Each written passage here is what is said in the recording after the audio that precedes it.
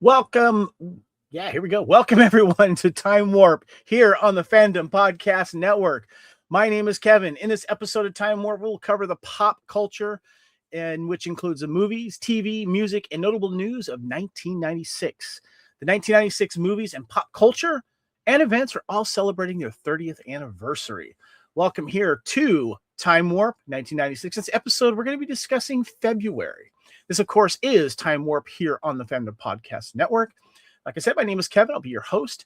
Please check us out on YouTube. And also, if you are on YouTube right now and you're watching a video, please hit that QR code that is showing on the video. That will take you directly to our website with all of our other podcasts underneath the Fandom Podcast Network umbrella, including Time Warp here.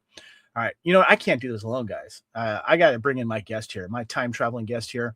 And with me, as always, is the co-founder of the Fandom Podcast Network. Please welcome Mr. Kyle Wagner. What's up, buddy? Well, I just survived a rumble in the Bronx, which led me to finding a map to Muppet Treasure Island, which I found a bunch of loot, which lets me pay for some golf with Happy Gilmore. So I'm had a good day. Good stuff there. You could have gone on a few more there, but that was all right. I'll let that slide. That was good. It was hard to fit in. I mean, I could have ended up in Area 51 searching for a Project Alf, but that's, Yeah. Well, we cannot continue without our fellow co-host here, the queen of movie foo. Please welcome the lovely Lacey Adderhold. What's going on, Lacey? How are you? I'm the black sheep of my family because I had a broken arrow with some beautiful girls. See, there she goes. There she goes. Well, stepping on my turf. I see how it is. I mean, it is going to lead to a rumble. You left out beautiful girls. It's one of my top 10 ever. Well played, guys. Well, welcome to Time Warp 1996. Everything is celebrating its 30th anniversary as of this recording. We're going to talk some movies, of course, as well as some TV series and some music. And recently on Time Warp here on the Fandom Podcast Network, of course, we had a Buffy retrospective. We talked about Raiders players that were actors in TVs and movies. And we also recently did 1984, entire year of 1984. They were celebrating the 40th anniversary at the time. There's a lot of great movies, classic movies that came out in 84. And then we decided to hit the 90s last year. And last year we did the movies of 1990 because they were celebrating their 35th anniversary, excuse me. And it was a nice contrast because some of these movies were filmed in the 1980s or late 1980s and then released in 90. So those provided some fun discussion of whether it felt like an 80s film or it felt like a 90s film. But coming soon, we are discussing the entire year of 1996. And first and foremost, we recently did January of 1996, where we discussed From Dusk Till Dawn, Screamers, Don't Be a Menace to South Central While Drinking Your Juice in the Hood, Eye for an Eye, Biodome, which was a pleasant surprise for me, and Bed of Roses, not to mention a few more that we also did as well. But this year we are discussing February, and we got a lot to get into. So I think there's some time traveling that we kind of like to do here. So let's take a step back into 1996. Let's fuel up that DeLorean with the flux capacitor, slingshot around the sun aboard a captured Klingon bird of prey, take a step into that blue police box or phone booth, step into that quantum leap accelerator, or take a dip into that hot tub time machine. As we travel back to 1990, we're going to remind you of what was happening in pop culture, sports, politics, television, and of course, the movies of 1996.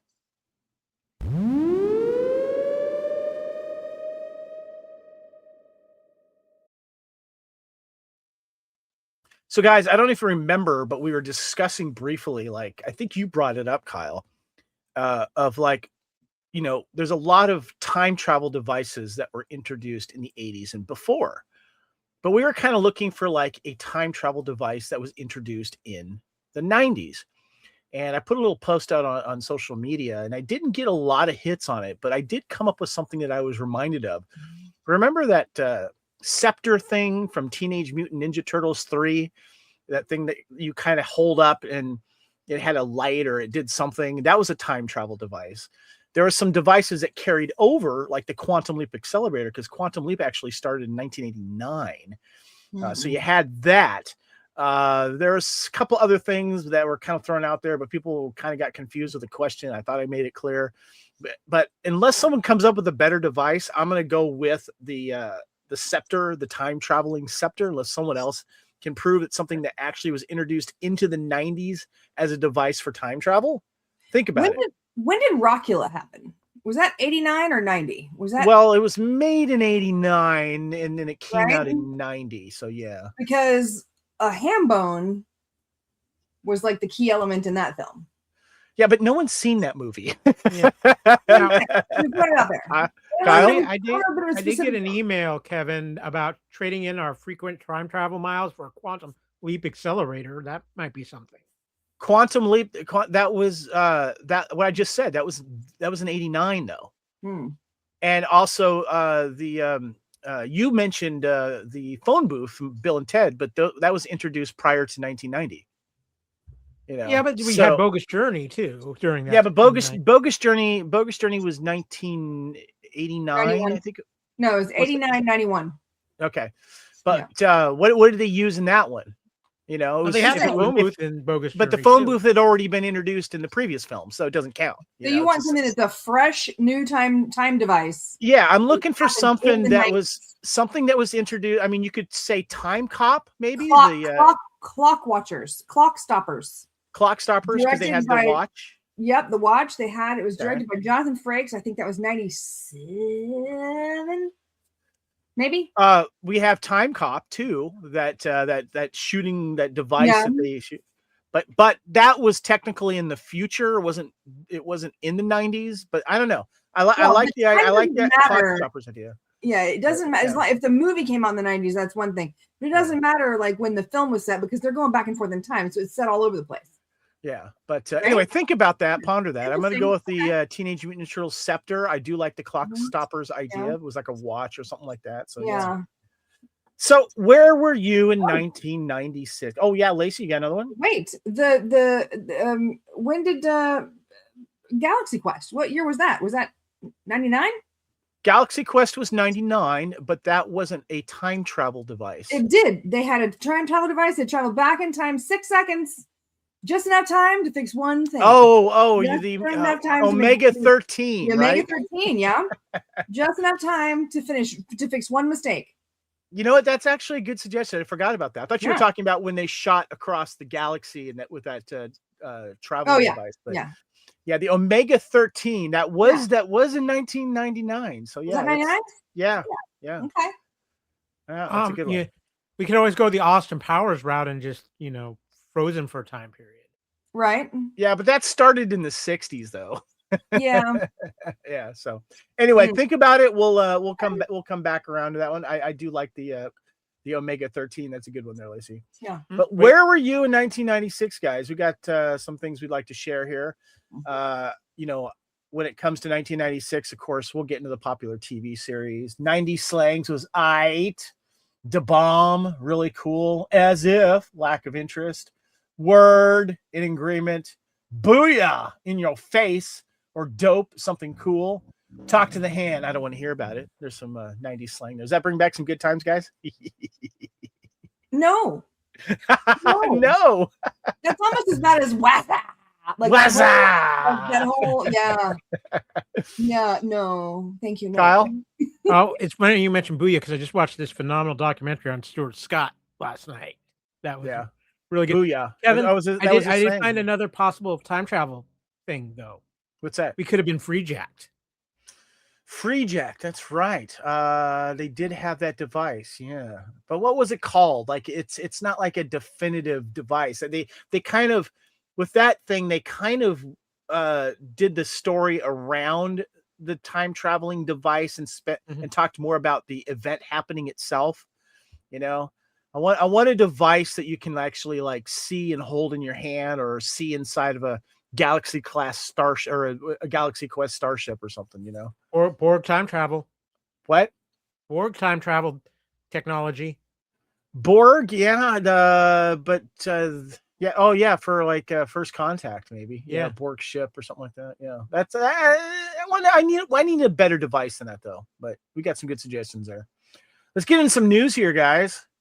So in 1996, in February, this is kind of a big deal. This had ripple effects, and it's still happening right now. Disney formalizes its $19 billion acquisition of the ABC parent Capital Cities ABC Inc. Companies. And of course, that includes ESPN, bunch of other things. Lifetime, History Channel, ABC News, Disney owns it, Disney owns it, Disney owns it. Kyle. All I'm going to say is at that price, that's a blue light special compared to what they paid for Fox. What did they end up doing for Fox? Like $4 billion. Well, no, Kyle, that's less than 19 billion. Sorry. Hold on. 4 billion is what they paid. 4 point something billion is what they paid for Lucasfilm and Star Wars. I think Fox was like in the 100 billions or something. Wasn't it like that? I think so. Yeah. I think it was maybe like, right around 100. Yeah. So, but yeah. When you said it first, 71 billion. Million. That's why, yeah. I heard I could have been wrong. Kyle? 71.3 billion is what they paid for Fox. Yeah, and that was just recent. So so they can call Sigourney Weaver a Disney princess. So yeah. Yeah, that was a big deal. Yeah. So anyway, we got some big. Remember when people used to win big on game shows, guys? Well, Peter Argyropoulos and Deborah Cohen win a combined total of $146,000 plus in cash prizes from 2 episodes, including the $10,000 wedge played with the double play token and 2 Ford Mustangs, making the couple the biggest winner in history of Wheel of Fortune. They remain the biggest winners for the team and will hold the record until Michelle Lowenstein wins just over $1 million on October 14th, 2008. All right. Now, this one I did not watch this show, so I didn't know this bit of trivia, and I found it fascinating and very cool and sweet at the same time. So, Fred Rogers makes a guest appearance on the CBS Western drama Dr. Quinn, Medicine Woman. This is notably the only time that Rogers portrayed a fictional character on television. Mr. Rogers apparently loved the show, and he was invited on, and it looks like he's probably playing, I'm guessing, a priest or something. I'm not sure here. But do you guys remember this at all, Lacey? I do remember it. I don't believe he played a priest. I think he was just a gentleman about town. A gentleman, with the tie and everything. I don't think I don't remember him being a priest. But I do remember. I remember there being like some hubbub about the episode happening and people going, "Oh, that's Mr. Rogers." That's yeah. That was a big deal. I know that show was very popular. I never watched it, even though I'm a Jane Seymour fan. It just wasn't my bag, and I was doing other stuff during 1996 television movie stuff. Kyle, it just goes to show you, not even Fred Rogers could resist Jane Seymour. I know, right?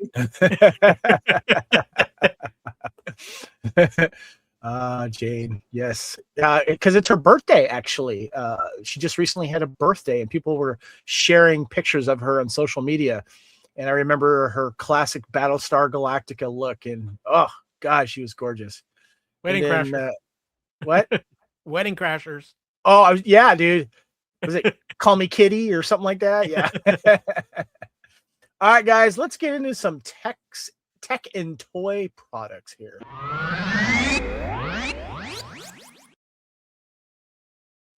If you're watching the video, we got a great picture. Let's give a shout out to the 1996 computer classes and high technology from 1996. Oh, those old box monitors and floppy disk drives and computer classes at schools and stuff. Good times. Love that stuff. But in February, we're going to introduce the Tamagotchi, guys. Remember this? The virtual pet craves from Bandai, where players cared for and raised a digital creature. Tamagotchi, otherwise known as Egg Watch, is a brand of handheld digital pets that was created in Japan by Akira Yokoi of Wiz and Aki Maita of Bandai. It was released by Bandai on November 23rd, 1996 in Japan, and the United States in May 1st, 1997. Quickly becoming one of the biggest toy fads of the late 90s and early 2000s. As of June 2023, over 91 million units have been sold worldwide.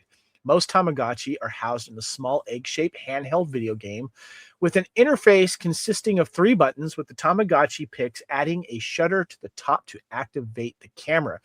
Guys, I got in on this craze when it happened. I had mine. It was annoying. I remember when it slept. It was really, really tough. I was not ready to care for a child at the time.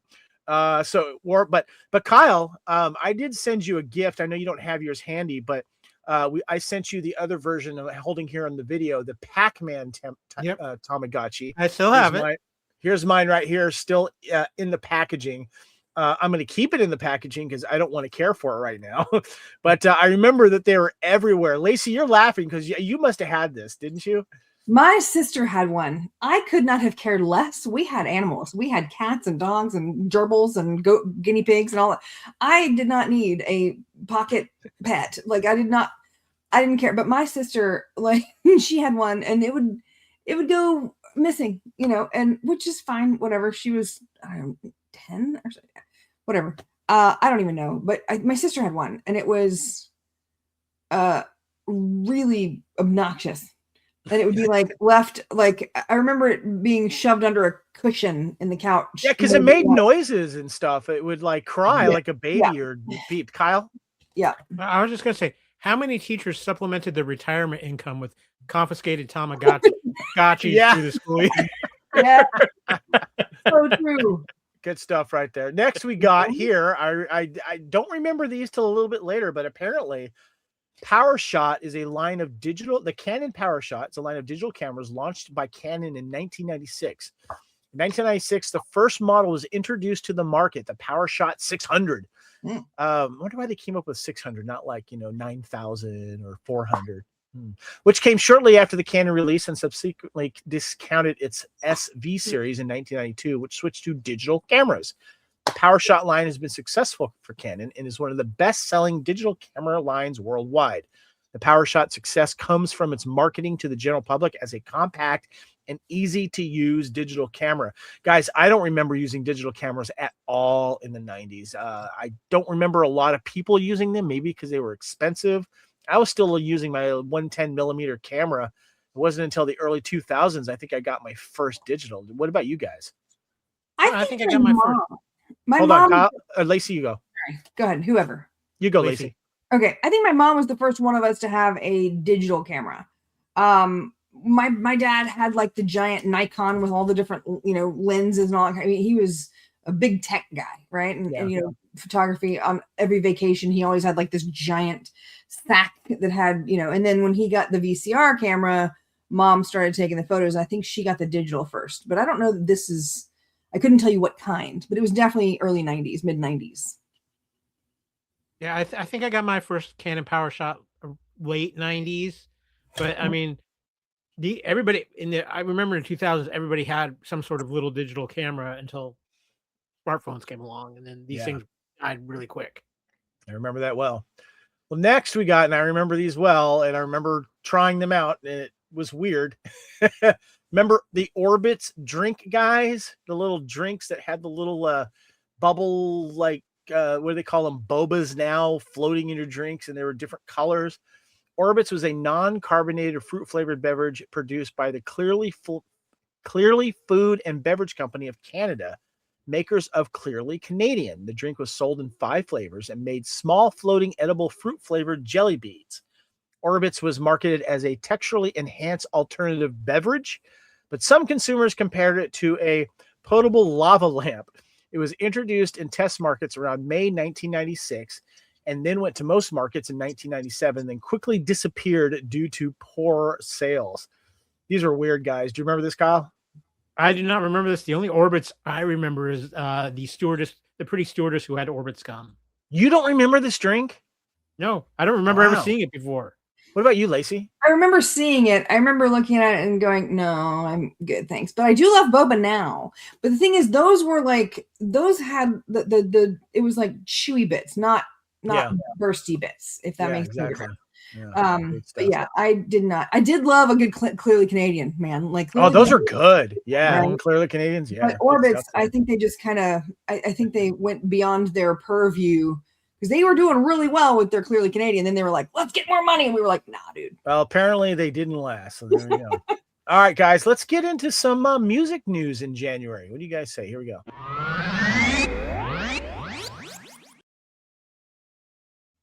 Music news in February, I should say. Just didn't change the slide there. There we go. All right, guys. Well, things are starting to go downhill for our Milli Vanilli guys, unfortunately. And former Milli Vanilli band member Rob Pilatus is hospitalized after being hit over the head with a baseball bat in Hollywood while attempting to steal a man's car. Unfortunately, Rob was not taking his post Milli Vanilli thing well, and I think he passed away several years after this, if I remember correctly.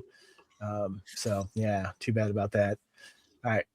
Next here we have February 13th, Tupac Shakur releases his first ever rap double album, All Eyes on Me, one of the most influential albums in hip hop history. All Eyes on Me quickly achieves platinum sales and reaches #1 on the Billboard 200 charts. That album blew up. Yeah, it blew up. I think Tupac is still putting out albums post. Yeah. I turn on the radio. I think I hear it. We pulled this from the Tupac vault, but no, this album was huge. Yeah, influential as well. Now, Kyle, being apparently a huge fan of this boy band, Take That. He surprised me knowing who that was in the last issue when we mentioned it. The British boy band formally announces they are disbanding. Suicide hotlines were set up by Samaritan's Charity to deal with distraught fans. But they had trouble taking long-distance calls from Kyle, apparently. But Robbie Williams eventually does go solo. Kyle? Yeah, this was... Everybody knew Robbie Williams was going to go solo. He eventually wanted to rock DJ and then do a weird movie where he was played by a monkey. But, yeah, I remember when this happened. This was... Because Take That was kind of like the boy band before Backstreet Boys and all of that. They were a British sensation. They had that huge song, I Want You Back. But everybody knew Robbie Williams was the talent that was going to break free, and that's exactly what happened. And apparently, it devastated a lot of teenagers in the UK. Dan Hadley can probably talk about this much better than I can. Oh yeah, and what's funny is like Robbie never hit it big over here. He had that Millennium song that did pretty well. I think it reached top 100 status, but he doesn't get recognized over here in the States, which is why I know he owns a house here in the States. But I remember going to Australia with, where my wife's from there. And we went to a big outdoor festival concert. He headlined, and he's still very popular in Australia. That was really huge. Lacey. Yeah, I did not know who this was until legitimately like a year ago when he was on the Graham Norton show telling a story. Apparently I have always confused Robbie Williams with Robbie Benson because he was the guy from like Ice Castles or whatever, and then he was the voice from Aladdin, and I just associated that with music, and so because of my lack of music knowledge, I always thought they were the same person. Are you talking about the interview he does on Graham Norton where he talks about the yes the fan that snuck into his room in the castle he was renting? Yes. All right. Next we have Prince. Well, the artist formerly known as Prince at the time marries backup dancer Métis Garcia, who is 15 years his junior. There you go. All right. Followed by that, on the 28th, we had the 38th annual Grammy Awards are presented in Los Angeles, hosted by Ellen DeGeneres. Alanis Morissette wins 4 awards, including Album of the Year for Jagged Little Pill, while Seal's Kiss from a Rose wins both Record of the Year and Song of the Year. Hootie and the Blowfish win Best New Artist. The ceremony also notably features the reunion of the original lineup of Kiss, introduced by Tupac Shakur for their first appearance in full makeup and outfit since 1979. I know, because I saw that concert during that year. Frank Sinatra wins the award for Best Traditional Pop Vocal Performance for Duets 2, his first win since 1966. Kyle.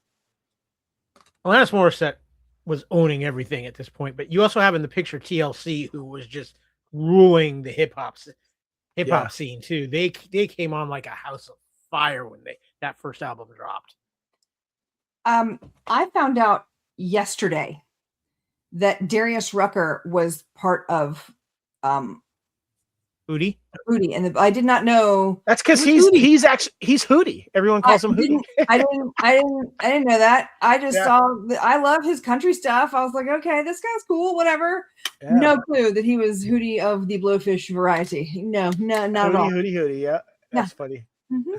All right, next we discuss the Billboard Hot 100 hits, and we pick a few at a time to let you know where we were at in 1996 for the top 100. And we have songs number 92 down to 85.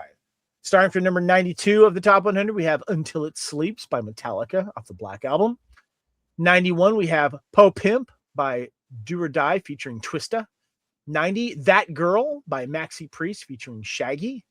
89, Get Money by Junior Mafia featuring Notorious B.I.G. Number 88 is My Boo by Ghost Town's DJs. 87, No One Else by Total. Number 86, Hit Me Off by New Edition.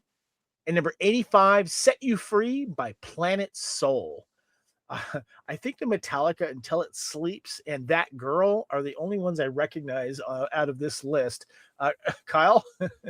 So 96 is a weird music year for me because that's when I moved from Alaska to Florida. So there was a little bit of music culture shock going on. But as a fan of early New Edition and all the albums when they all went solo, from Belle Biv DeVoe to Bobby Brown to Johnny Gill, when they came back together with something nobody thought would ever happen, and they did this new single, Hit Me Off, with all of them together for the first time, because there was a period where there had never been every member of New Edition to do one song. So when that came out, that was a pretty big deal. They had a big thing on the MTV Music Awards where they performed. So that was a pretty big deal song for a lot of people and fans of like late 80s and early 90s hip hop and R&B. I'm going to move along because I'm sure Lacey doesn't recognize any of these. So that's okay. Big old goose. That's all right. That's all right. All right, guys, we have some television to discuss. Let's get into some TV.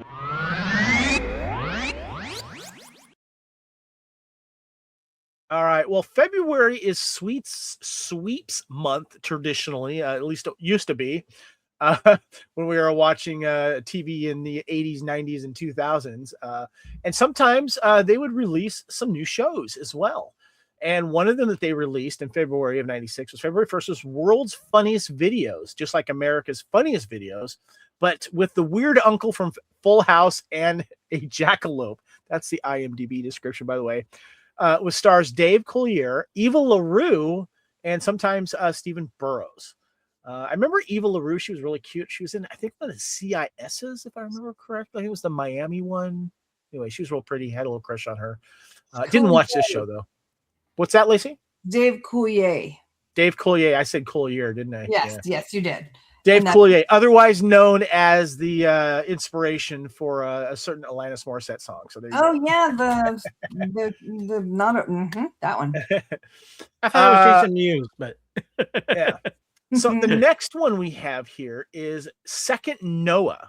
I don't remember this show. Premiered on February 5th. A writer marries a zookeeper. They adopt a passel of cute children and cute animals. Complications ensue. Stars Daniel Hugh Kelly, Betsy Brantley, and James Marsden, a young James Marsden, of course, Mr. X-Men, and among other things. What was the Amy Adams movie he did? He's the prince. Enchanted. Enchanted, yes, he was really good in that. I remember that too. And he has also had his Nicholas Sparks moment with Best of Me. Yeah, so there you go. And many years later, Matt Damon did this in movie format and he bought a zoo. All right, next we have VH1 Storytellers. Premiered February 20th. Went on for about 98 episodes. Storytellers is a television music series produced by VH1 Network in which artists perform in front of a mostly small and intimate live audience and tell stories about their music, writing experiences, and memories. Somewhat similar to MTV Unplugged, the show started in 1996 with the broadcast of Ray Davies from the band The Kinks during his Storyteller tour, and took its name from its first show.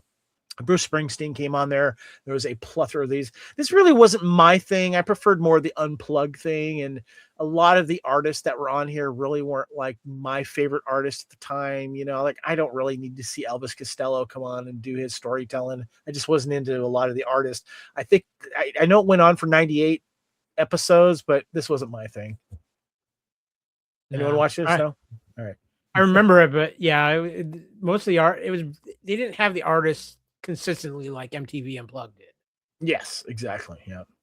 Well, next we have Casper, guys, the animated series, The Spectacular New Adventures of Casper on Fox Kids. The continuous adventures of Casper, the Ghostly Trio, and the Harveys based on the popular 1995 movie. Were you guys a fan of this at all? I did not see this at all. It wasn't really my thing. I loved the movie. I didn't see this. The only thing I can say about the show, this is when Casper met Homer, because you had Dan Castellaneta, who is the voice of Homer Simpson, was one of the voices in this show. Oh, really? Okay. Yeah. Nice. All right, Kyle. So we'll get to it later. Twister came out in 1996, but a TV movie got the jump, Kyle. Made for TV movie, the Family Channel, Night of Twisters. The residents of a small town come face to face with a deadly and unpredictable series of tornadoes. Among them, one boy is struggling to keep his family safe in a dangerous weather. It stars young Devon Sawa, Amos Crawley, and John Schneider. I don't remember this movie, but it came up because it technically was the first Twister movie that came out, Kyle.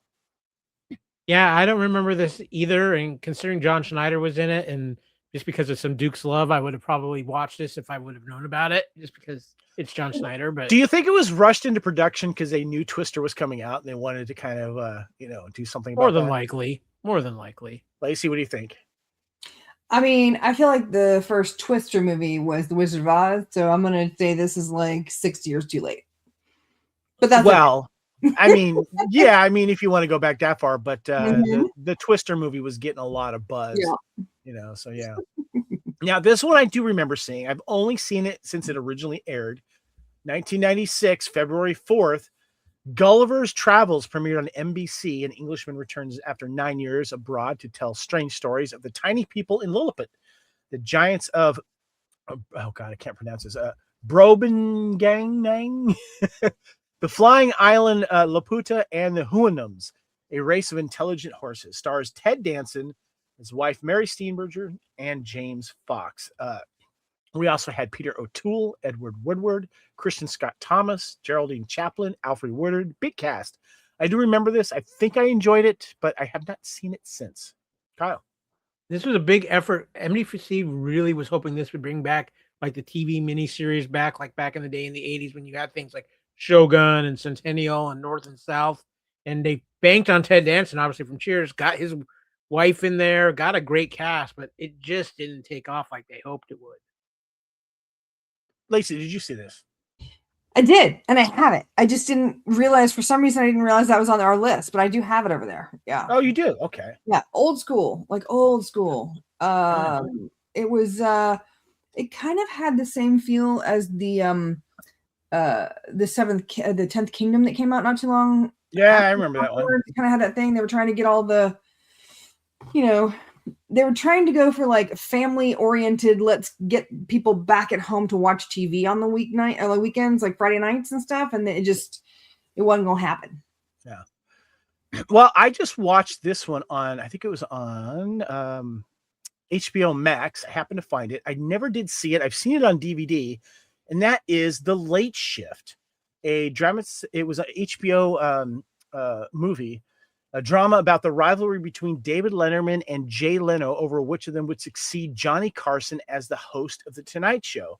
Stars John Michael Higgins and Daniel Roebuck as the two, and Kathy Bates as the kick-ass take names. I guess you could say agent of Jay Leno's character in this. And a lot of the people that were playing a lot of the main players from the, NBC and CBS execs and stuff. I'd never seen this before. I watched it for the first time, and it was actually kind of interesting. I don't know how much of it's true, but it does give you an idea of like the war that was happening, the bidding war, Letterman wanting to succeed, take over the Tonight Show, and then CBS putting up a crap load of money and maybe having him go on earlier before Jay, and Jay, hearing about stuff. And these two guys were okay as these guys, but it was more interesting. I gotta say, Kathy Bates was probably the standout in this one, Kyle, for me. I remember when HBO put this out, they made a pretty big deal about it because they were like, revealing all this stuff. But what's even more funny is when you consider this time frame, neither Letterman or Leno were really the king of late night at this point in the 90s. Arsenio Hall was ruling the day. He was still in his apex of ruling Arsenio late night television. Mentioned in this movie, Yeah. So, I mean, he was taking it. You're right. He was doing quite well. And because they were trying to hit certain demographics, and that was brought up regarding, who the demographics were for Johnny Carson and stuff. So, yeah. So, do you remember this at all, Lacey? Did you see this? I remember seeing the poster for it or the ad for it and thinking that I thought that they were doing a caricature because they made his chin giant and they made basically they focused on Letterman's tooth gap and Leno's chin for the photo. It's just so overdone. I was like, I don't know what this is, but it seemed mean. So I didn't bother. You're muted, Kevin. Okay, I thought I was. Sorry about that. That was me. Leno's chin in reality is a little more rounded and pointed in this guy's version of it. But it was interesting though. It was interesting to see what was happening and how big the late night battle was going on and stuff. So yeah. All right, next guys, got some more top-rated TV shows to discuss.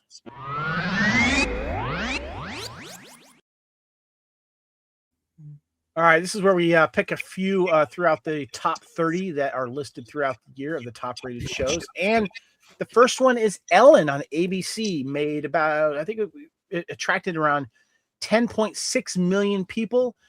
Ellen Morgan is a neurotic bookstore owner who deals with life through comedy and extensive rambling. Creators Carol Black and Neil Marlins and David S. Rosenthal. Stars Ellen DeGeneres, David Anthony Higgins, and Jolie Fisher. I remember checking in on this show. I remember having a crush on Jolie Fisher. I was a big fan of hers. But I did watch this show. I liked Ellen. I thought she was funny. I was a big fan. What about you, Lacey? I love Ellen so much. I've watched Ellen forever. I think I even have Mr. Wrong. I love her so much, and I loved her in all these things. This was pre. You're Mr. Wrong. You're talking about the one with Bill Pullman, right? Yes. She's just, I think she's just a genuinely nice and sweet person. So I always followed kind of her stuff. I don't know. I don't have a lot of recall from it, but I do remember watching it. Well, Kyle, if I remember, it was a big deal because she came out in this series, right?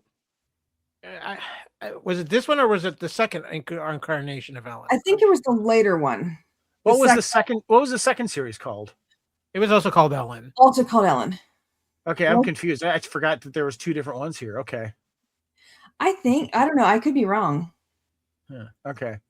But I do remember watching whatever version, but I do remember the one with Jolie Fisher in this. So I was a fan of hers. So yeah, good stuff. Yeah, this version ran from 94 to 98. And I think the second one ran longer. Okay. All right. Well, next, guys, I did not watch this show, but I know it was very, very popular. And that is Chicago Hope from CBS. About 10.5 million people. The lives and trials of the staff of a major hospital in Chicago. Kyle, did you watch this? This was the big thing around here because you had Chicago Hope and ER come out around the same time. And I like both shows. I like the cast of Chicago Hope. Mandy Patinkin was the star of Chicago Hope.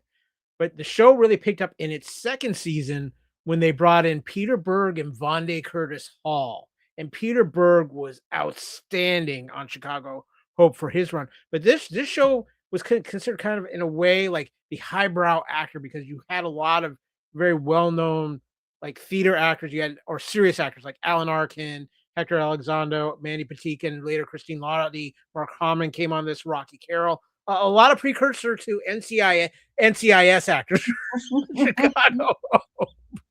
But it didn't have the cachet that ER did. It didn't have quite the energy and excitement that ER did. Comparatively, it was a lot more drama than ER was, and how it handled its people. But one thing I got to say about Chicago Hope was I actually knew one of the cast members of Chicago Hope. Thomas Gibson got his start on Chicago Hope. Of course, Dharma McGregor and Colonel Watts. He is actually the son of my mom's boss in Alaska. So I knew Thomas Gibson before this. So I was watching the show to support him. And then I really started liking it, but it did not. It was good for about the first 4 seasons, and it really fell off after that. You're muted again, Kevin. Ooh, who's the Lacey now? Yeah, I've been trying to get over a little bit of a cough here, so I had to put it on there. So I realized I'm not really a big medical drama guy watcher. I did check up on ER from time to time and stuff like that. So I don't know. What about you, Lacey? Oh yeah, Chicago Hope, St. Elsewhere, Grey's Anatomy. I mean, ER. All of if you have, I mean, all of them. Night Shift, Nurses, love it. China Beach. Like I watched all of the medicine, all of it, and I loved it. I was more of a fan of the comedies, except for MASH. I'm not a MASH fan. Sorry. But I like Scrubs and stuff. I did watch Grey's Anatomy for a little while, but I don't know. It's just medical dramas are just not my thing. What about you, Kyle? I love a good medical drama. ER, I'm a huge ER fan. It's one of my all-time favorite television shows. I'm loving The Pit right now. That is absolutely great. Like I said, Chicago Hope started strong and they kind of wavered off. But I have a question for Lacey if she's a fan of all these medical dramas. Yes. Did you watch ER before ER? Let's see if you get my the one that lasted like one season. Yeah, with Elliot Gould, the comedy. Yeah, and we brought that up here on Time Warp, guys. Yeah, yeah, a while back. That was from 84, 83, right around there, somewhere in there. Mm-hmm. Yeah, I think it was I think it was when we did 80. Was it 1990? Maybe. No, it was the 80s. I think it was earlier than that, I think. Or was it 84? Because 84 was what we did before. But right. Yeah, a certain star from ER actually also had some episodes. Yeah, Mr. Clooney was in that comedy ER that you guys were referring to. So yeah. Mm-hmm. Well, guys, we also had some celebrity birthdays here. This is Time Warp here on the Fandom Podcast Network. Yeah. So 1996. Gonna feel a little old here, but yeah, we got some celebrities here. We have Ray Hart Adams, actor for Every Which Way, Dalton Rapatoni, a singer from American Idol, David Castro from Shadowhunters, Jake Goldberg from the Backyardigans, Jimmy Bennett, No Ordinary Family. These are, of course, some more notable things that they've done. Kelly Berglund from Lab Rats Elite Force, Sasha Patiers from Pretty Little Liars, Alan Alvarado from Flight 29 Down, Sophie Turner from Game of Thrones, and soon to be the TV series of Laura Croft. She is having a birthday here in 1996. And Bobby J. Thompson, actor from That's So Raven and Tyler Perry's House of Pain. Kind of making me feel a little old here, guys. I only know one of those people. Sophie Turner? Yeah, I don't know. I'm in the same boat. Yeah. I'm with you. That was the only one I knew as well. So yeah. Okay. All right, guys. So we have some celebrity film debuts. We like to give shout outs here. A few during a month here. Eric Balfour was in Shattered Image. Boyd Banks was in Black Sheep. Selma Blair was in The Broccoli Theory. Mark Blucas in Eddie, and Bobby Cannavale from Night Falls on Manhattan. Yes, Lacey. Okay, so Eric Balfour is one of my huge crushes, and Mark Blucas, both of them were Buffy alum. Eric Balfour was the original, the best friend that didn't survive the first episode, the one who became the vampire. That he played Jesse. That's right. And then Mark Blucas, of course, played Riley, season 4 through whatever. And Bobby Cannavale is married to Rose Byrne, who I just found that out not too long ago. Oh, cool. Yeah, I'm a Blucas fan as well. I like Mark, and I liked his run in Buffy. So yeah, I think Balfour probably his two most famous things, at least in my opinion. He did the original Skyline film, and he was also in that great show Haven. Loved Haven. Haven almost made it into my top 5 when we did the draft. That was a fun show. Yeah. Nice. Well, guys, let's get into some movies here on Time Warp 1996 February.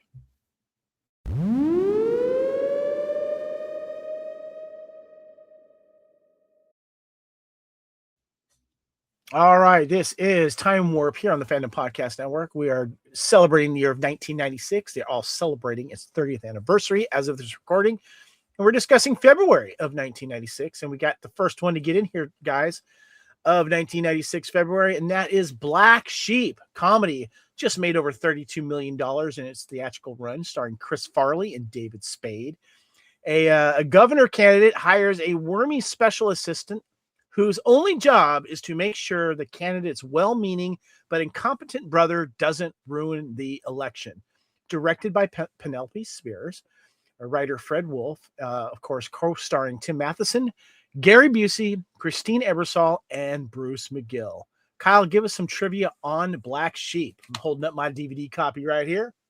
Okay, well, Chris Farley uses the same football play with the kids at the youth center, 32 belly option, as he did when he and Rob Lowe went cow tipping in Tommy Boy in 1995. Nice. Fred Wolf, who did punch-up work on Tommy Boy, claimed the studio told him to deliver a finished script by midnight on Sunday, the last day Chris was contractually allowed to get out of the movie. If I didn't have a finished script, any finished script, they were going to sue me. Wolf wrote 45 pages in a weekend and dropped the script off at Paramount 15 minutes before his deadline. Chris Farley, along with his brother Tom, attended a preview screening of Black Sheep in New Jersey. Chris hated the film. He was so upset about the way the film turned out that on the very same night, he lost a year and a half worth of his sobriety. He got drunk and trashed his hotel room, causing $3,000 worth of damage that would lead into what was his 5th stint in rehab. So I hadn't seen this movie in a while. I'm a huge Tommy Boy fan, and I have the DVD, of course, and I think I found it streaming somewhere as well. I can't remember where, but I gotta tell you, it doesn't hold up for me. It's kind of uncomfortable. It's not as funny. It feels forced. Gary Busey had a few moments in it. Tim Matheson was okay, but I felt like they were trying to recreate the Tommy Boy magic, and it just fell flat. What about you? What do you think, Lacey? What are your thoughts? Okay, I honestly don't think I had ever seen this. I watched it. You have the Blu-ray. I have the DVD. I did not. I saw it on the list, and I was like, oh yeah, of course I've seen that. And I realized I didn't have it, and I read the back, and I was like, I don't think I've seen this. So I watched it. It was cute. It was fun.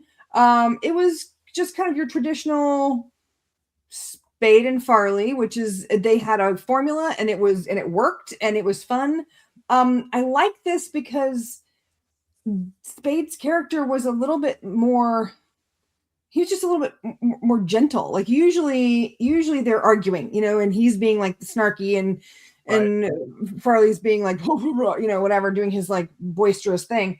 But I think this one was just, Spade had a little bit more of a genuine touch in this. And I liked that better than Tommy Boy.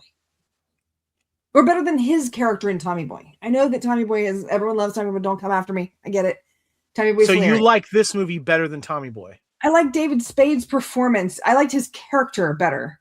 Gotcha. Just because he's not, like, in Tommy Boy, he's such a jerk. That's what makes him funny in that. but this one was just a little bit, and I loved the Gary Busey stuff, was hilarious. So yeah, I dug this. Yeah. Chris Farley and David Spade are one of the greatest comedy duos of all time. They play magic off of each other, but this one does fall a little flat. And I think it's because Tommy Boy is just so good and such the staple of when you think of these two guys together. And really, though, I can honestly say this: David Spade really hasn't had the connection like he had with Chris Farley with anybody, except for when he got his groove back with Putty from Seinfeld in Emperor's New Groove, because David Spade and Patrick Warburton in that movie were classic. Are you talking about the animated movie? The animated movie, but it is so hilarious with those two together. How they play off of each other, with Patrick with David Warburton being the straight man to David Spade. It's Lacey's great. holding up the DVD right there. Look at that. Emperor's New Groove. It's one of the most underrated Disney movies of all time. That's the brand new 4K, baby. Just came out. Nice. Yeah. Very nice. But yeah, Kevin, I agree with you. I think this movie tried to play off of Tommy Boy, and it just tried a little too hard and just didn't have the same magic that Tommy Boy did. Yeah, I agree. All right, guys, the next film we have here is The Juror, made just over 22 million in its theatrical run here, a thriller suspense, starring Demi Moore and Alec Baldwin. A juror in a mafia trial is forced to be a compulsive mob enforcer to convince other jurors to vote not guilty. Directed by Brian Gripson, of course, starring Demi Moore, Alec Baldwin, Joseph Gordon-Levitt, James Gandolfini, Anne Heche, and Michael Rispoli. Kyle, give us some trivia on the Juror. Well, see, what people don't realize is the Juror was just forecasting the future, because this film features both James Gandolfini and Michael Rispoli playing mob underworld figures. 3 years later, Gandolfini and Rispoli would appear together in HBO's acclaimed mafia series, The Sopranos, with each actor portraying the boss of the DeMeo crime family at varying times. When casting the series, Sopranos creator David Chase almost gave the lead role of Tony Soprano to Rispoli before finally giving it to Gandolfini. David Cronenberg was asked by his agent to direct this film instead of Crash, which the agent feared would negatively impact David's career. Crash won an Oscar, Crash was very successful in the Oscars, but people have feelings about. No. I think this is the other Crash, the one where people like to have sex after car crashes. Yeah, with James Spader. Yeah, that's right. That's a different Crash. So yeah, that one. Everything crashed. Let's just put it that way. Yeah, that one did not do well. So, so what's funny is I actually found this on Tubi, but I did find it on Laserdisc at a what was it, not a thrift store, but a flea market. But luckily, then I found it streaming on Tubi, so I watched it that way. So Alec Baldwin is in a lot of stuff right now, and this is the one that kind of went underneath the radar for me. And he's the one that's hired by the mob to put pressure on Demi Moore to try to convince the jury to find this mob guy not guilty, or not enough evidence, or without reasonable cause, stuff like that. And there's a couple interesting happening in this movie that I liked. Alec Baldwin first was creepy because he gets in her life first before he tells her what's really happening, and then she's obviously fearful for her life. And Joseph Gordon-Levitt plays her son, and Hayes plays the best friend, but he's straight up like psychotic, and he's also getting pressure from the mob as well to make sure that he does stuff right. And Gandolfini is kind of the guy that's shadowing everything, and shadowing Demi Moore, and shadowing Alec Baldwin. So there's a lot of like crisscross going on there. But when Demi Moore is like in her court scenes with the jury, she's doing a really good job of trying to actually convince the jurors, because they all know he's guilty, but they don't have quite enough stuff to say for sure. So she's actually doing a good job saying, like, yeah, even though I'm being forced to do this, there is some evidence here that isn't there, type of stuff. I actually found it kind of a cool little thriller. I thought Demi Moore was really good in this, and she turns a table at the end, of course, and I actually kind of like this. Anyone seen this? I saw it back in the day. I thought I had it. I know I had it on VHS at one point. This is another one of those ones that kind of just fell through the cracks when I was replacing things into DVD and Blu-ray.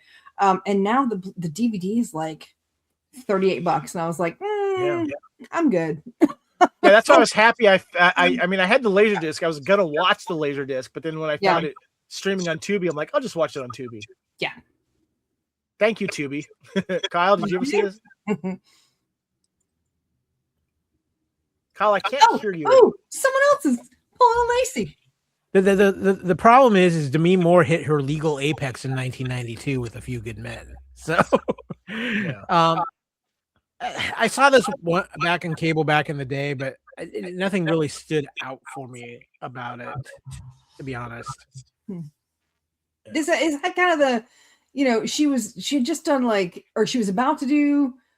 This was right in the middle where she had what was it, the one with Michael, where she was the aggressor. It was like after Disclosure. It was like right after Disclosure. There was a couple of like really good kind of like, not law dramas, but just thriller type things that she had done.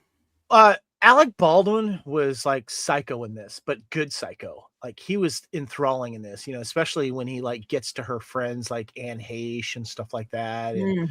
And then he turns the tables on the mob themselves, and you feel like he's going to do it. And then she is followed down to like Mexico at the end, and then she turns the tables on him.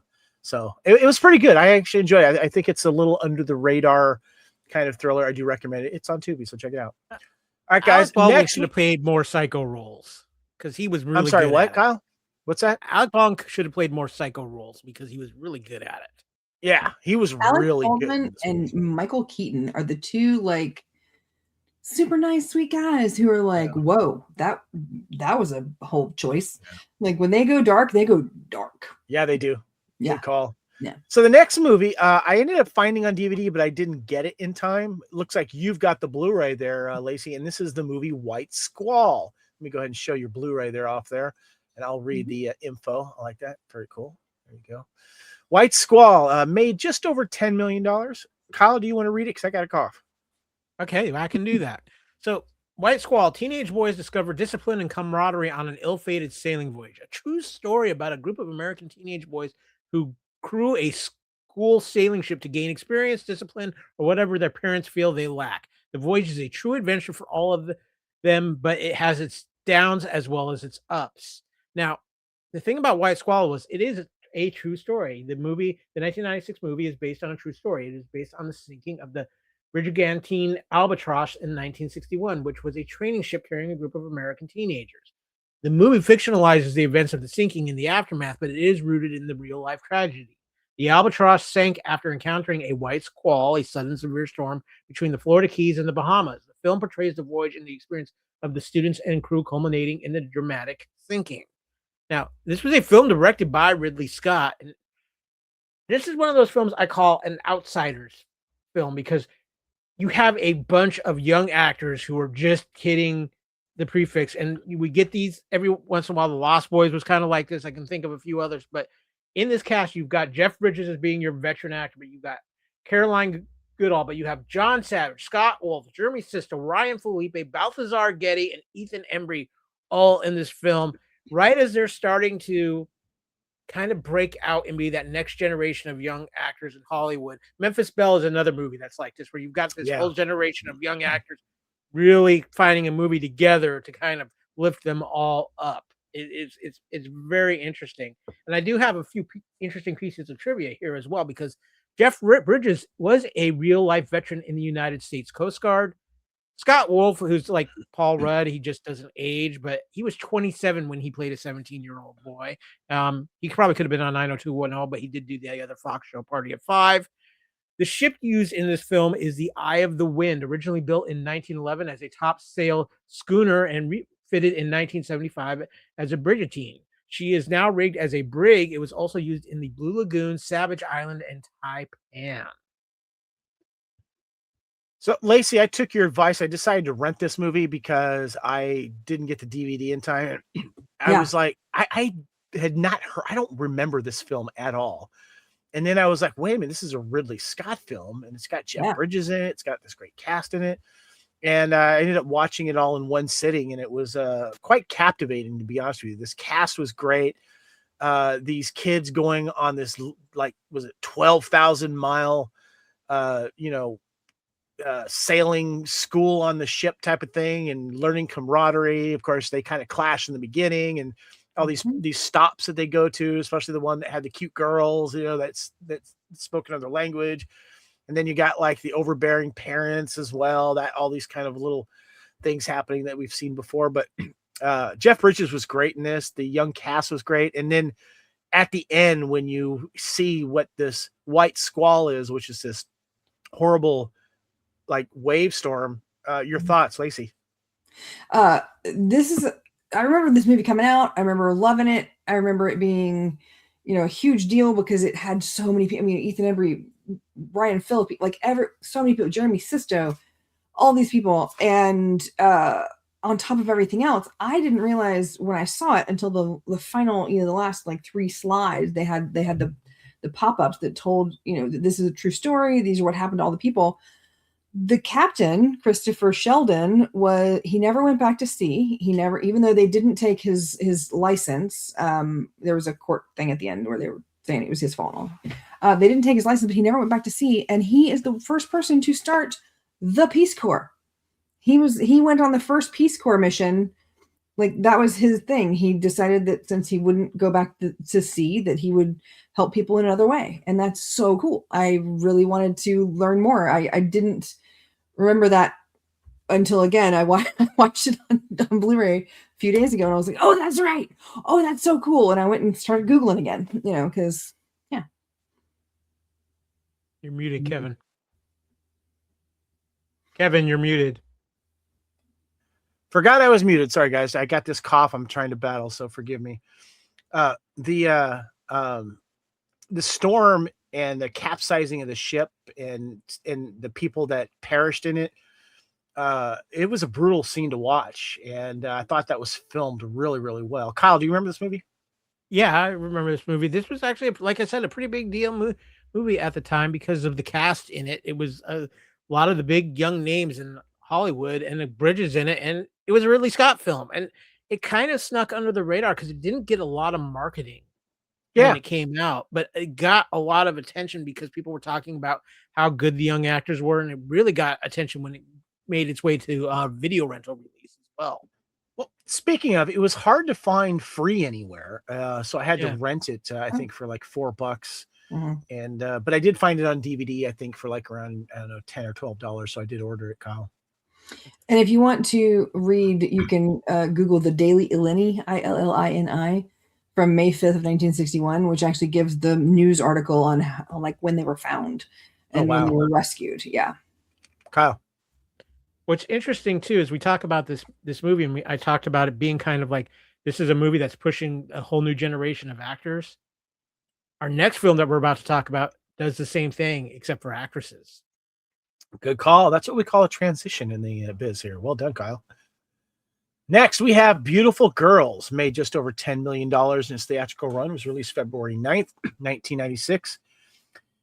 A piano player at a crossroads in his life returns home to his friends and their own problems with life and love. Directed by Ted Demme, stars, get this, Matt Dillon, Timothy Hutton, Noah Emmerich, Annabeth Kish, Lauren Holly, Rosie O'Donnell, Martha Plimpton, Michael Rappaport, Mira Sorvino, Uma Thurman, Natalie Portman, David Arquette, just to name a few. Kyle, give us some trivia on Beautiful Girls. Yeah, this movie was inspired by the experiences of screenwriter Scott Rosenberg when returning home to Needham, Massachusetts. During what he claimed was the worst winter for his hometown, he was waiting to see if his script, which Con Air 1997, was going to be produced, and was getting fed up with writing action movies. Rosenberg cited there was more action happening with his friends and not wanting to accept that they were turning 30 or had commitment issues, which became the basis for Beautiful Girls.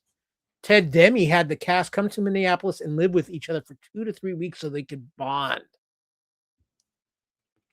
Lacey, I'm going to let you cook with this because I know you're a big fan of this movie. I remember seeing it when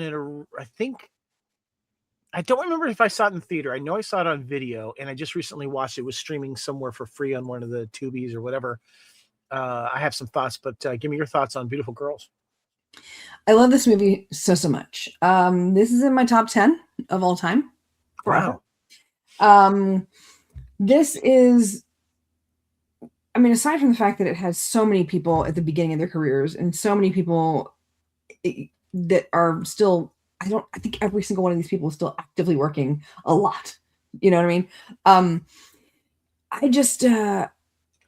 It's the best part of this movie is that it's shot from the male point of view, right? So it's got a guy who's thinking about being in a relationship. It's got a guy who's not willing to commit. It's got a guy who's between two women, sleeping with someone who's already married.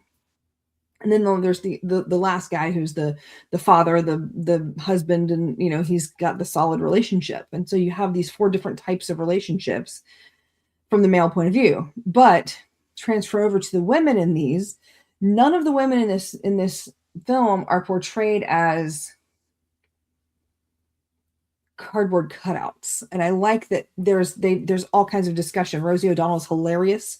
Mira Sorvino's character, there's discussion of, a lot of intertwining stuff going on here. Yeah. Sorry, I'm trying to think of like eating disorders and things like that. So there are all kinds of things. And then Natalie Portman's character is the 13-year-old girl who lives next door, and Timothy Hutton's like, this is wrong. I have thoughts. What is, and it's not like that, but and she's like, I'm so cute. You should wait for me 5 years. I'll be, and he's like, you totally would. I cannot. Thank you. And David Arquette as the younger brother. Fantastic.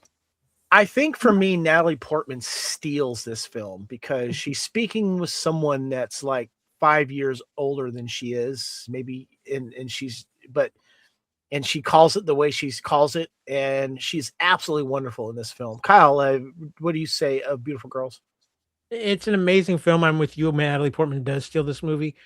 But after reading the trivia, I would kill to live in the house with this cast for 2 to 3 weeks. I mean, think about it. You're hanging out and getting stories from Matt Dillon and Timothy Hutton. Yep. You're probably getting some great stuff from Martha Plimpton as well. David Arquette is just being absolutely insane. And come on, Annabeth Gish, Lauren Holly, Mira Sorvino, Uma Thurman, Natalie Portman, and Michael Rappaport being Michael Rappaport. This had to have been one of the most insane house gatherings of all time, and I would have loved to have been part of that because that would have just been amazing. And it's also an early Pruitt Taylor Vince. He played the bartender. That's right. He recently has played Superman's father in the James Gunn Superman.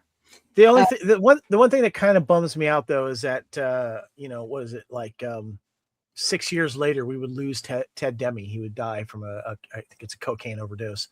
I would love to have seen what else he would have done if he would have gone on, because he obviously had a way with ensemble casts, and this was a perfect example of that. So yeah, well done. Guys, I like action movies. Let's talk about action movies. Let's talk about Broken Arrow.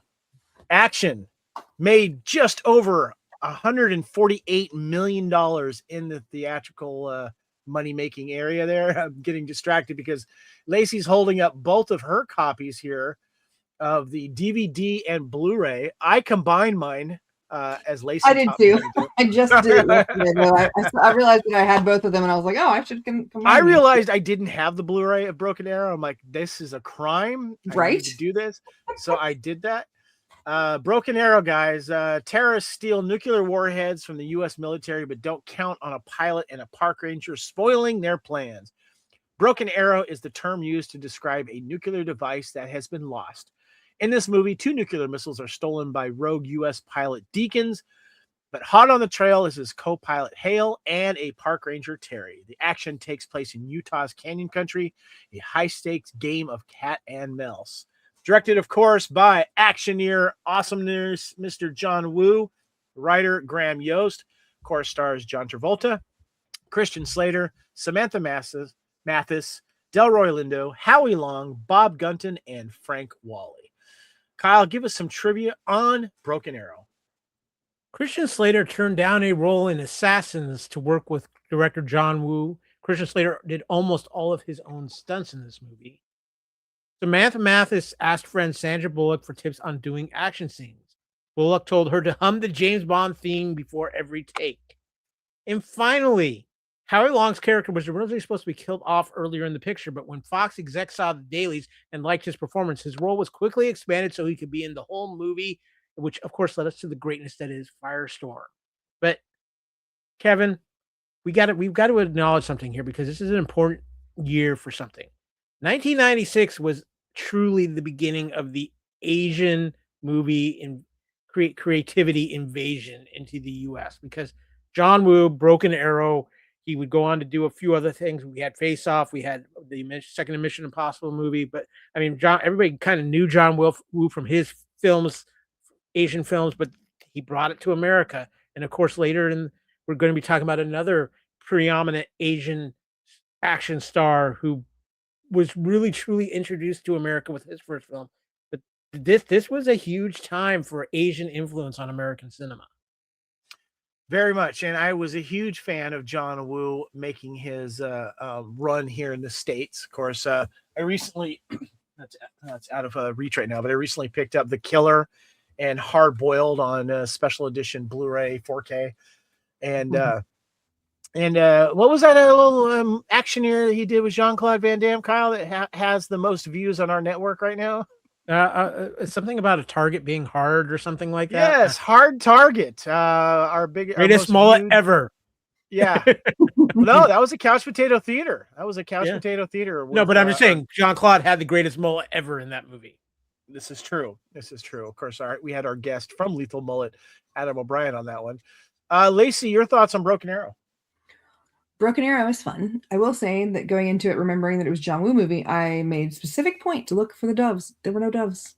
This is the only John Woo movie that I've ever seen where there were no doves. You're absolutely right. I mean, that's one of his sort of trademarks. And I was like, wait, I haven't seen a dove yet. And so I was like concentrating, looking for a dove, no doves. Did that ruin the movie for you? It didn't ruin the movie. I will say that I think that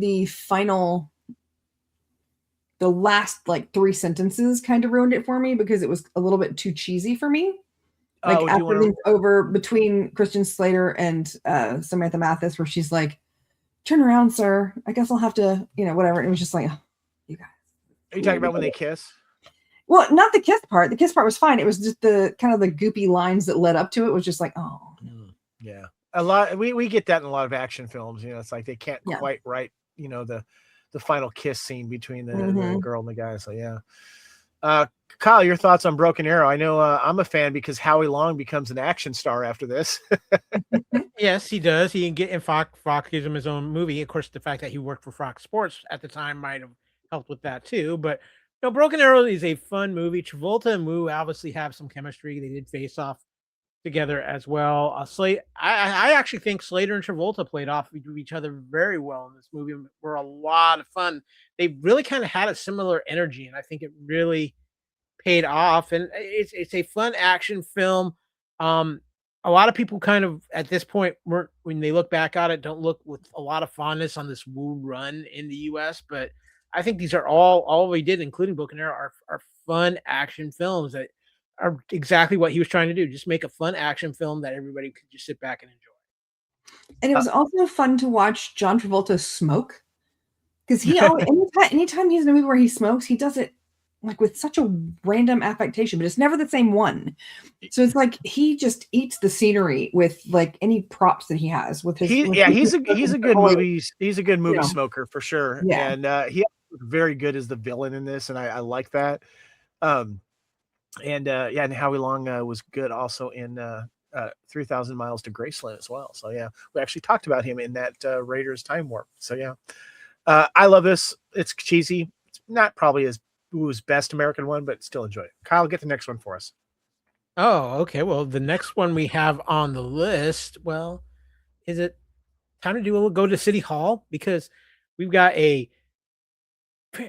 was an interesting film, but the accidental shooting of a boy in New York leads to an investigation by Deputy Mayor and unexpectedly far-reaching consequences. A young boy dies from a stray bullet during a shootout between a cop and mob family member who had previously been suspiciously given probation only to break its terms. New York Deputy Mayor Kevin Calhoun starts digging for information.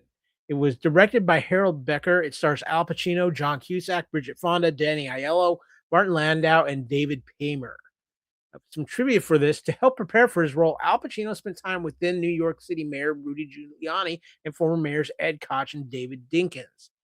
Marlon Brando was considered for the role of Mayor John Pappas. Brando made numerous bizarre suggestions for his character, including for him to be an active member of a bongo club and to have a pet parrot who would always accompany him. Marlon was on another planet. We'll just leave it at that. Al Pacino turned down the role of Detective Somerset in Seven in 1995 in favor of this film. I'm thinking maybe he might. I wish he made a difference. Is that the Morgan Freeman character? Yes. Yeah. Okay. Gotcha. So I had the DVD. I happened to find it at a thrift store. I had never seen this film before, and I was just like, it's got a good cast. My short take on this is I found the plot just very convoluted, and I was getting the Al Pacino Scent of a Woman character in this as the kind of corruptive mayor of New York City here. I did like John Cusack. Him and Bridget Fonda were kind of the standouts for me, but it was just kind of depressing, and it was just too much. And I felt like the intertwined plot of like basically trying to run people down and change the way media sees things. I don't know. It just, to me, it just fell flat for me. It was not what I wanted to see out of a very big, heavy cast. Any of you guys seen this film? I did. Oh, go ahead, Lacey. I was just going to make a rude comment. Never mind. It's fine. Make a rude comment. We were rude around here, but media gets bought off when you're talking about crimes against children. What? No. Sorry. The thing about this movie, and Kevin, I'm curious if you think the same way.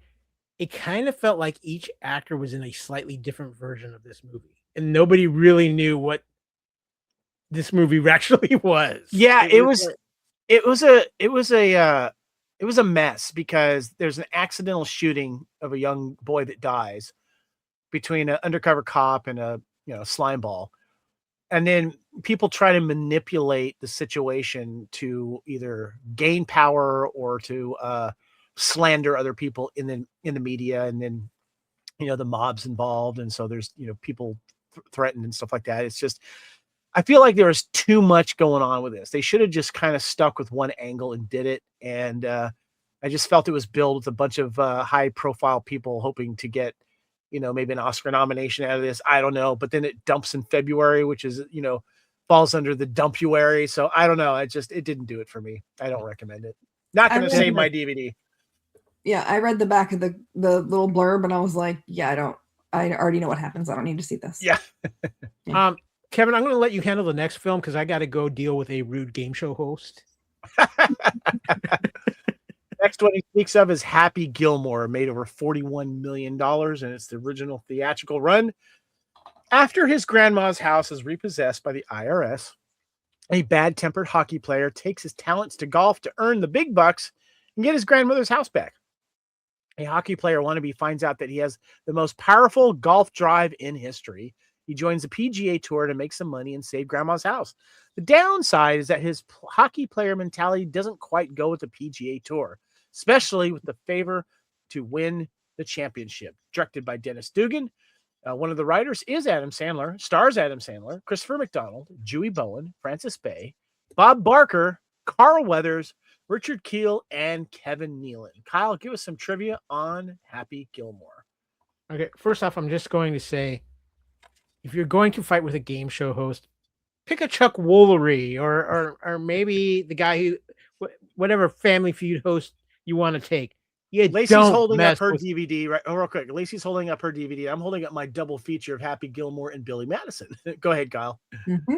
You don't mess with Bob Barker because there's a little trivia here. Bob Barker wasn't sure if he wanted to be in the movie. When he learned he was going to win the fight with Adam Sandler, he accepted the role. But even better yet, when Dennis Dugan told Bob Barker that a stunt double would be used in the fight scene, Barker insisted on doing his own stunt, saying, "Wait a minute, I know how to fight." You don't mess with Bob Barker ever. What did Shooter McGavin do? I couldn't tell you. He stayed away. Kyle, this was leading in the next bit of trivia. I'm setting you up. Yeah, this is true. Well, in a 2011 interview with the AV Club, Christopher McDonald claims he originally turned down the role of Shooter McGavin several times because he was growing tired of being typecast as an antagonist. He asked for an arrangement to be made so he could meet with Sandler to discuss the movie. Upon their first meeting, McDonald ultimately decided to accept the role and said it remains one of his best decisions of his career. You think? I just got to say this right now. This is Adam Sandler's best comedy. Period. This is a classic film. It not only gave a whole new generation Bob Barker. It's the film that I think brought Carl Weathers back. And because he had disappeared for a while. Every aspect of Sandler at times can be a little too over the top. He was great in this. I love this movie. Even with though Travis Kelce is in it, I pretend like Happy Gilmore 2 really doesn't kind of exist. This movie is an all-time comedy classic. Wait, what did you say about Happy Gilmore 2? Even though Travis Kelce is in Happy Gilmore 2, I try to pretend it doesn't exist. Happy Gilmore 2? You were not a fan of it? I was not a fan of it like I was the first Happy Gilmore. Why don't you like Travis Kelce? What? No, it's not. I love Travis Kelce. Okay. So you're saying even though Travis Kelce was in it, he couldn't save the movie. Yeah, I didn't think it was near as good as the original. I guess I liked it better than you. I actually liked the sequel. I thought it hit some good chords, and I'm gonna throw a hot take and say I didn't like the first one. Did you like the second one better than the first one? Is what you're saying? No, I didn't bother watching the second one because the first one was just okay. It was funny. It's not something I will watch, unless someone says, "Oh, you've got Happy Gilmore. Let's pull that out." I didn't see it in the theaters. I just got it on DVD when it came out, and that's why I don't have the Blu-ray. I just never upgraded it because. I feel like Adam Sandler was taken, even though Adam Sandler in it. I think that this was the film that kind of pushed him up to maybe trying to do a little more toned down adult roles because he was getting older as well. But I feel like this was his first really big movie that really kind of gave him star power and power to do what he wanted to do and do his thing. I think Billy Madison started just before this. Yeah. That started it. Billy Madison for sure. Yeah. It was Billy Madison, Happy Gilmore, and then the football one, the Bubba Bichet, Waterboy. Then Mr. Deeds and stuff like that. So I loved Mr. Deeds. That was hilarious. I think this is probably his most pop culture relevant film. Say that again, Kyle. You cut off. I think this is probably his most pop culture relevant film still to this day. Yeah. I think in general, it's people's favorite Adam Sandler film. So yeah, it's not my favorite, but it's definitely a funny one. So yeah, I like Mr. Deeds too. That's a good one. All right, guys. Next one we have here is the Muppet Treasure Island, made just over $34 million in its original theatrical release here. And Lacey, you are holding up, it looks like the same one that I have, which is the Blu-ray double feature here. Hold on, let me bring us both here. Blu-ray double feature of the Muppet Treasure Island and the Great Muppet Caper. Very nice. I found this at a thrift store and I was so excited because I recently acquired this. Before we get into it though, I can't give up my DVD. Do you know why? Because is it signed? No, because it has Tim Curry on the cover. I don't like the newer versions of the Muppet Caper because they get rid of Tim Curry's character in it. I love Tim Curry in this movie. So I have to keep the DVD, but it's nice to have a Blu-ray of this one and my favorite Muppet movie, which is of course the Great Muppet Caper. If you don't count, I'm not counting the Christmas Carol because that's in its own little stratosphere there. So gotcha. Yeah. But so Muppet Treasure Island made over $34 million. The Muppets set sail in search of treasure with Jim Hawkins and Long John Silver, director Brian Henson. The people stars are Tim Curry, Billy Connolly, and Jennifer Saunders to start off with there. Kyle, give us some trivia on the the Muppet Treasure Island. Well, okay, so some Muppet Treasure Island trivia. Tim Curry had been a huge fan of the Muppets for years before doing this movie. He had stated in many interviews that he regards Captain Long John Silver as one of his favorite roles. Curry was given a Muppet made in the likeness of him as Long John Silver after shooting was completed. Producer and director Brian Henson was nervous the whole cast and crew would get motion sick as the ship rolled on the gimbals. He gave everyone seasickness pills for the first day of the shoot. And not only did the cast and crew not get seasick, but it almost gave them the opposite effect because they almost fell asleep on the job. Rockabye Muppet, ladies and gentlemen. I got to go into this one a little deeper than what we've got here. But after Jim Henson's death, Ralph the dog was not recast for several years as he was considered the character closest to Henson's actual personality, even more so than Kermit the Frog. In this movie, Ralph appeared but did not speak in the first scene set in the tavern. Little piece of history here. Most people think Kermit the Frog was the first Muppet. He wasn't. Ralph the dog was Jim Henson's first Muppet creation and was very close to Jim Henson's heart. And that is one of the other reasons too, why it was so hard for them to recast Ralph for so long. And I'm a big fan of Ralph the dog, one of my favorite Muppets. Well, give me your thoughts on Muppet Treasure Island, Kyle.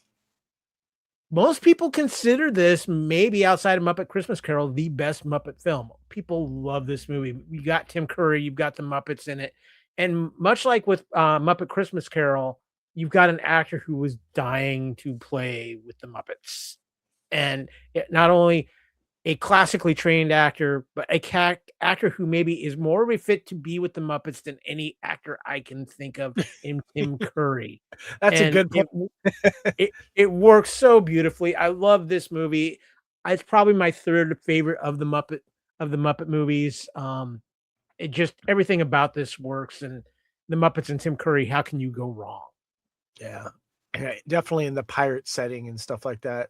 Lacey, your thoughts on Muppet Treasure Island? Where does this stand too in your Muppet movies? I think that Alex Autry said it best when he said that the reason A Muppet Christmas Carol was so good was that Michael Caine played the role as if every Muppet was human. Yep. And the reason that Muppet Treasure Island was so good is that Tim Curry played the role as a Muppet. And that's pretty much. It's so true. It's so true. It's so great. Love this movie. Super fun. Muppet, just Treasure Island in general is one of my favorite stories. I mean, it's, I have like so many different versions of it. But yeah, I love it. Love the purse, love the shoes, love everything. I haven't watched this movie in a long time. It was so much fun to revisit. I was enjoying it. I love the songs. I love, one of the things I love about Muppet movies is how are they going to incorporate our favorite Muppets into what characters that they're going to play.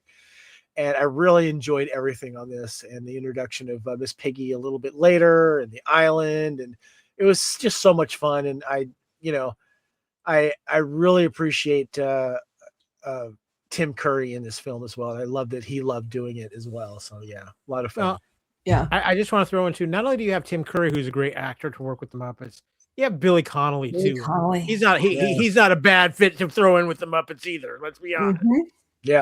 Yeah, he was great. I will say that after doing Christmas Carol in December and doing this one, like I fell down a rabbit hole. No, I fell in a Muppet rabbit hole.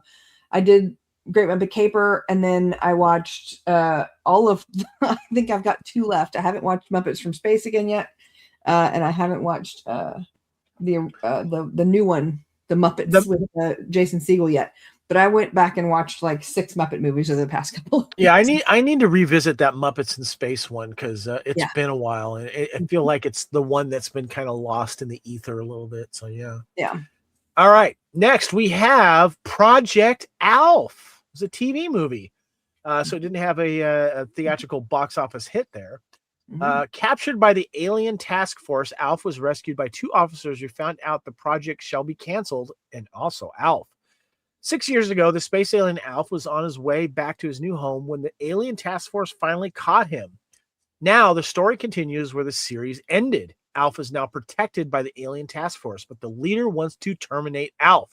So the 2 officers decide to save Alf by taking Alf away from him. But the man the officers took Alf wants to finally reveal Alf to the world, which leads to even more danger. Directed by Dick Lowry, writers are Tom Pratchett and Paul Fusco, stars Miguel Ferrer, William O'Leary, Jensen Daggett, and of course Paul Fusco as Alf's voice. Kyle, give us some trivia on Alf, please. So Alf was supposed to end with the 5th season, but was canceled after 4 seasons. They used the original idea of Alf living in a military base to write this movie. An alternate idea was Alf being rescued by other survivors of his home planet. Now, the movie was shown in theaters in Germany before getting a home video release. Paul Fusco and Beverly Archer are the only actors from the TV series to appear in this film. The Tanners do not appear in this film, but they are mentioned. The Witness Protection Program placed them in Iceland, and there's some difficulties in getting a phone connection there. Kevin, I have many thoughts about this, but I know how much you love Alf. You look on it. If you're watching on YouTube, you can see that now. So I want to showcase Lacey's DVD. I saw that one on eBay. That cover, and it has Martin Sheen kind of looking in the back there, and the Alf holding up some like classified paperwork. Martin Sheen's doing the Vincent D'Onofrio lean from yes. Yeah. I decided to get the other one that showcases the Alf holding the world, the Earth, and it says Project Alf. And of course, if you've been watching our channel for the longest time, you notice that I have a stuffed Alf, one of the original ones, hanging in the background. So there he is. I am not going to do his voice because I will not do it justice. Now, do you have bonus features on your DVD? Because my bonus feature says scene index. That's what the bonus features are for this one. Is there is a scene index? Yes, it has. It has a little bit more. It has interactive menus. Scene index, cast and crew bios, English French audio track, interview commentary with creator Paul Fusco. So it does have something. I didn't get a chance to watch or listen to that though. You got a commentary I don't have, sir. I know. Lacey's gonna hunt me down because she's the commentary queen. It is also streaming on I believe Tubi as well. So you can check it out there. But now I want to watch that commentary because I'm curious about that. I love Alf. I'm a huge Alf fan, and I thought this movie did a good job of picking up where the show was canceled too soon. And I just love that he is at this military base and he's kind of running it, or he's kind of running it with all of the guards, and they have like a poker night and they all like him, but for whatever reason, Martin Sheen he's a bigot towards Alf and just wants him to basically be experimented and killed on. And there's a funny scene with Ed. It starts with Ed Begley Jr. of these doctors coming in and trying to like shock treatment and all this stuff. And it's just like, it just doesn't work. And so there's like a cavalcade of different doctors coming in. And Alf is so funny in this. And I got to tell you, Kyle, Lacey, I was kind of crushing on Jensen Daggett, underrated little cutie from the 90s. I've seen her in a few things. She was great in this. And it was just fun. They're trying to basically escape with him. And then Miguel Ferrer is this kind of guy who is what would you say? He's into space and all this type of stuff. He's has his own business. He's rich and he wants to help, but then you find out he has his nefarious reasons to get Alf on as well. So yeah, Lacey. Well, he's basically looking for vindication because he saw something that was, he was ousted from his position because he believed in aliens, and so now that there is one, he wants to show everyone that this is, But I just love the fact that there were, such heavy hitters in this movie. Martin Sheen and Miguel Ferrer. That's not something you think of when you're thinking the main character's a 4-foot Muppet, or a 4-foot Muppet, And did you know, interesting little tidbit, Miguel Ferrer is George Clooney's cousin, or was George Clooney's cousin. Rest in peace, Miguel. Yeah. Mm-hmm. Kyle, do you remember this movie? I have thoughts here. First of all, Jensen Daggett. I also loved her in Major League 3 Back to the Minors. Nice. In that. Alf was one of my favorite shows. I loved Alf. And this is a case of a TV network being really stupid. Because you get the 4th season, he's about to go home, and it ends on a cliffhanger, and it disappears. And NBC, when Project Alf came out, they didn't hype it. They didn't advertise it. It just kind of popped out there. And if you were lucky enough to catch it on TV, bully for you. NBC treated this show in its end like a piece of turd. And it's a shame because this is one of the biggest pop culture icons of the time. Everybody knew who Alf was. He was incredibly popular. This movie is fun. Don't get me wrong. This movie is a lot of fun. But how you can close out Alf and not have any of the Tanner family in this film is a complete crime. And I just feel like as great as as fun as this is, and don't get me wrong, anything with Alf, I'm with you, Kevin. I love Alf. But this is also just this is a blatant example of TV networks being idiots and not knowing when they have something. You think they're smarter than everybody else. As much as I love the Tanner family, is that who it was? Mm-hmm. Yeah. When I was watching this though, I didn't really miss them, to be honest with you, because Alf is such a star and he's so sarcastic. He's so funny. I love his one-liners. It would have been nice though to have like maybe a quick little reunion at home or afterwards or something, or at least maybe, a couple of them anyway. It would be nice to have that kind of continuity. But I feel like I could just watch Alf like go on a comedy tour and I would be there. I'd watch. I loved it when they put Alf on Hollywood Squares. Yeah, it's true. Lacey, did you have another thing you wanted to say? Yeah, this is my first introduction to Alf. I had never seen the show. Really? I have. Wow. This is the first time I have seen Alf at all. So, thoughts? Super cute. A lot of one-liners, a lot of like 80s style, 90s style one-liners. A lot of dated jokes too, which I still found funny. You could not show this to someone who's under the age of 40 and have them understand anything that they're talking about. It's true. Mm-hmm. But right. Yeah, fun, cute. Just keep them away from the cat. Might go back and watch the show now. I highly recommend that, and I have the complete series on DVD. But I had forgotten about this Project Alf movie totally until Time Warp came up, and I was really happy to then discover it and find the DVD and buy it, and I'm happy to add it to my collection. So love me some Alf. Right, Alf? I knew that it was on. I knew of it. I just hadn't ever watched an episode. And I just realized when watching this that ALF stands for alien life form, which I think is hilarious.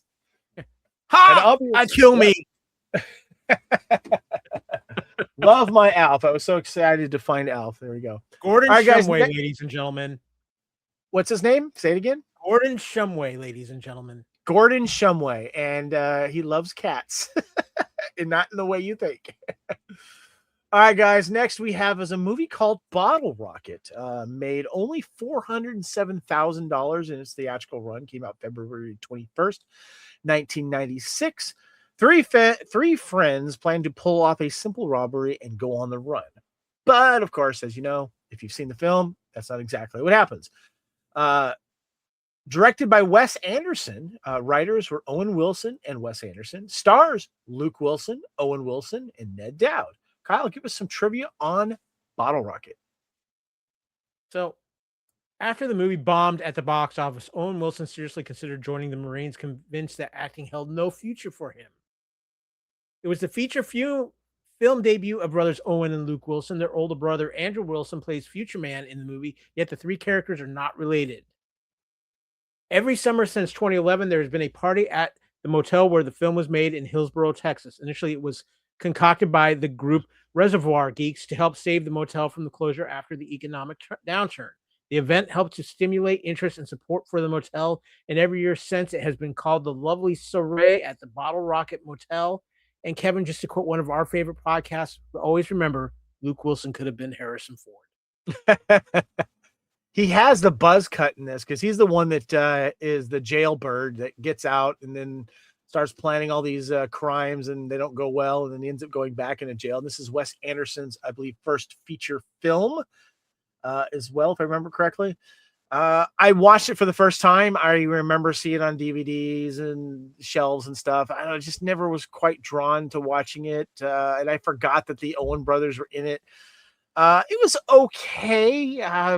I think that Luke Wilson actually is the better person in this film. He's also actually a better person, but he ends up meeting a girl that works at this famous hotel, and he has a relationship with her. And Owen is the one that's getting everyone into trouble with the new heists that don't quite go well. It was okay, but it's not a movie I find myself returning to. And I'm not a big Wes Anderson guy. I'll be honest with you.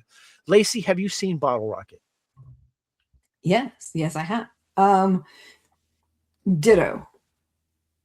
Like it was okay. It was fine. I love Owen Wilson. I love Luke Wilson. Cool. I will watch whatever they do. This just didn't do it for me. I'm not a fan of Wes Anderson either. I have a few Wes Anderson films because of actors who have been in those films.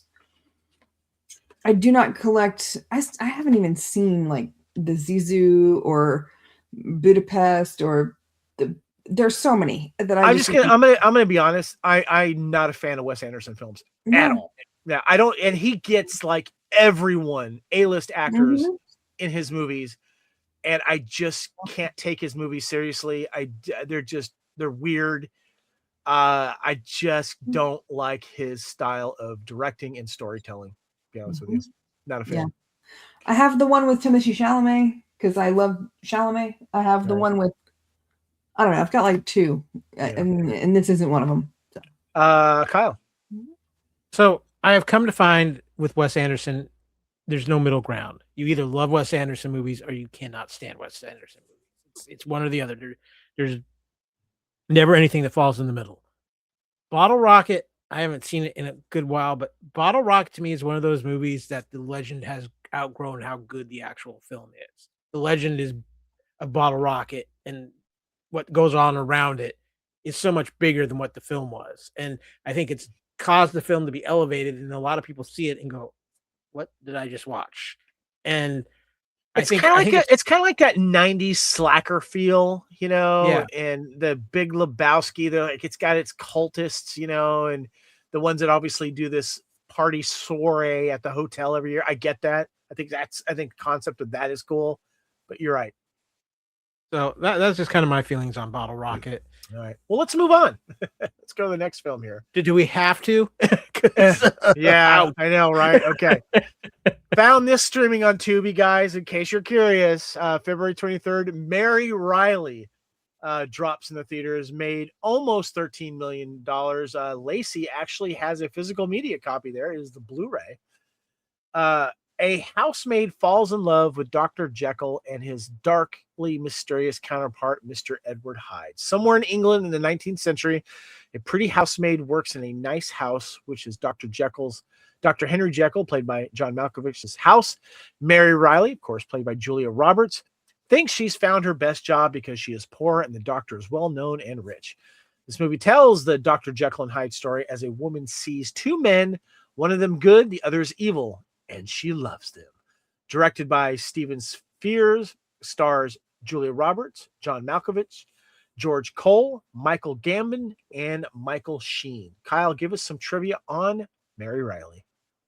So Tim Burton was originally set to direct this film after he completed filming Ed Wood, but subsequently dropped out of the production of Mary Riley out of anger towards Peter Gruber for putting Ed Wood, a passion project, into turnaround.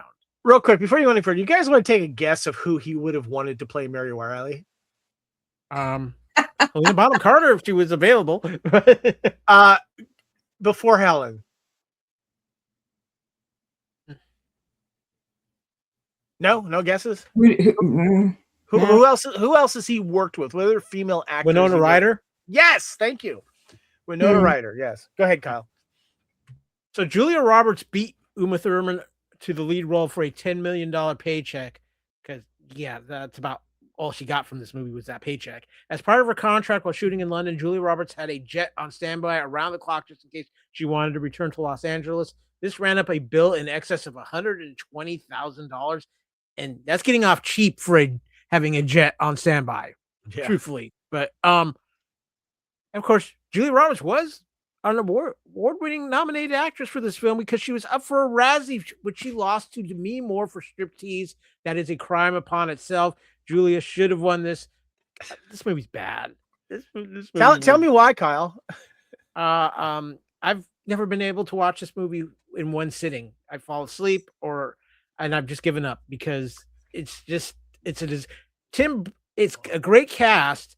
But I almost think Tim Burton would have livened this movie up some to have made it more interesting than what it was. Lacey, you have actually a physical copy of this. Yeah. I was lucky to find it on Tubi, and Kyle, you're right. I had to watch it in more than one sitting. But your thoughts on Mary Riley, and you have the Blu-ray. Yeah, I dug it. I liked it when it came out, and I like it now. John Malkovich is a very specific actor, right? I like some of his roles. I love them. And some of his roles, I'm like, no, that's not because he's not a fantastic actor. It's just that he chooses things that I probably wouldn't watch. I do love Gothic literature. He has played F.W. Murnau in Shadow the Vampire, which was about Dracula. He was in this, obviously, about Dr. Jekyll and Mr. Hyde.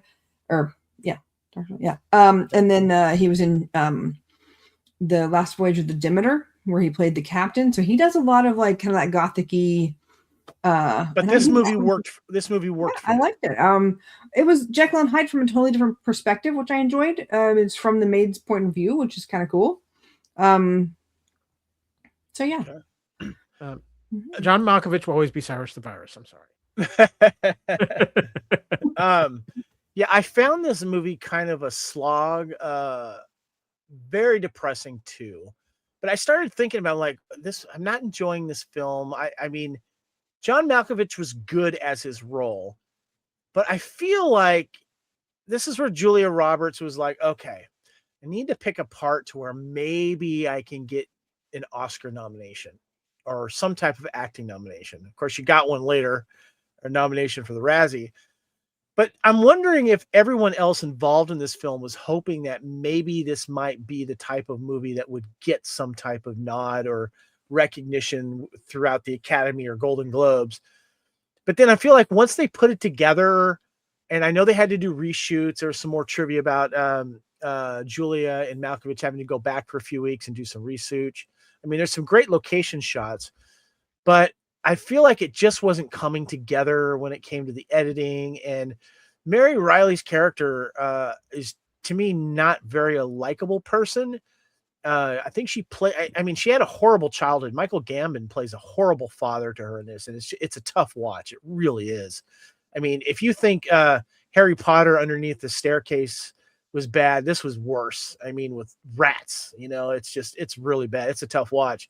But I'm wondering, do you think that, you know what? Let's not release this in November, December.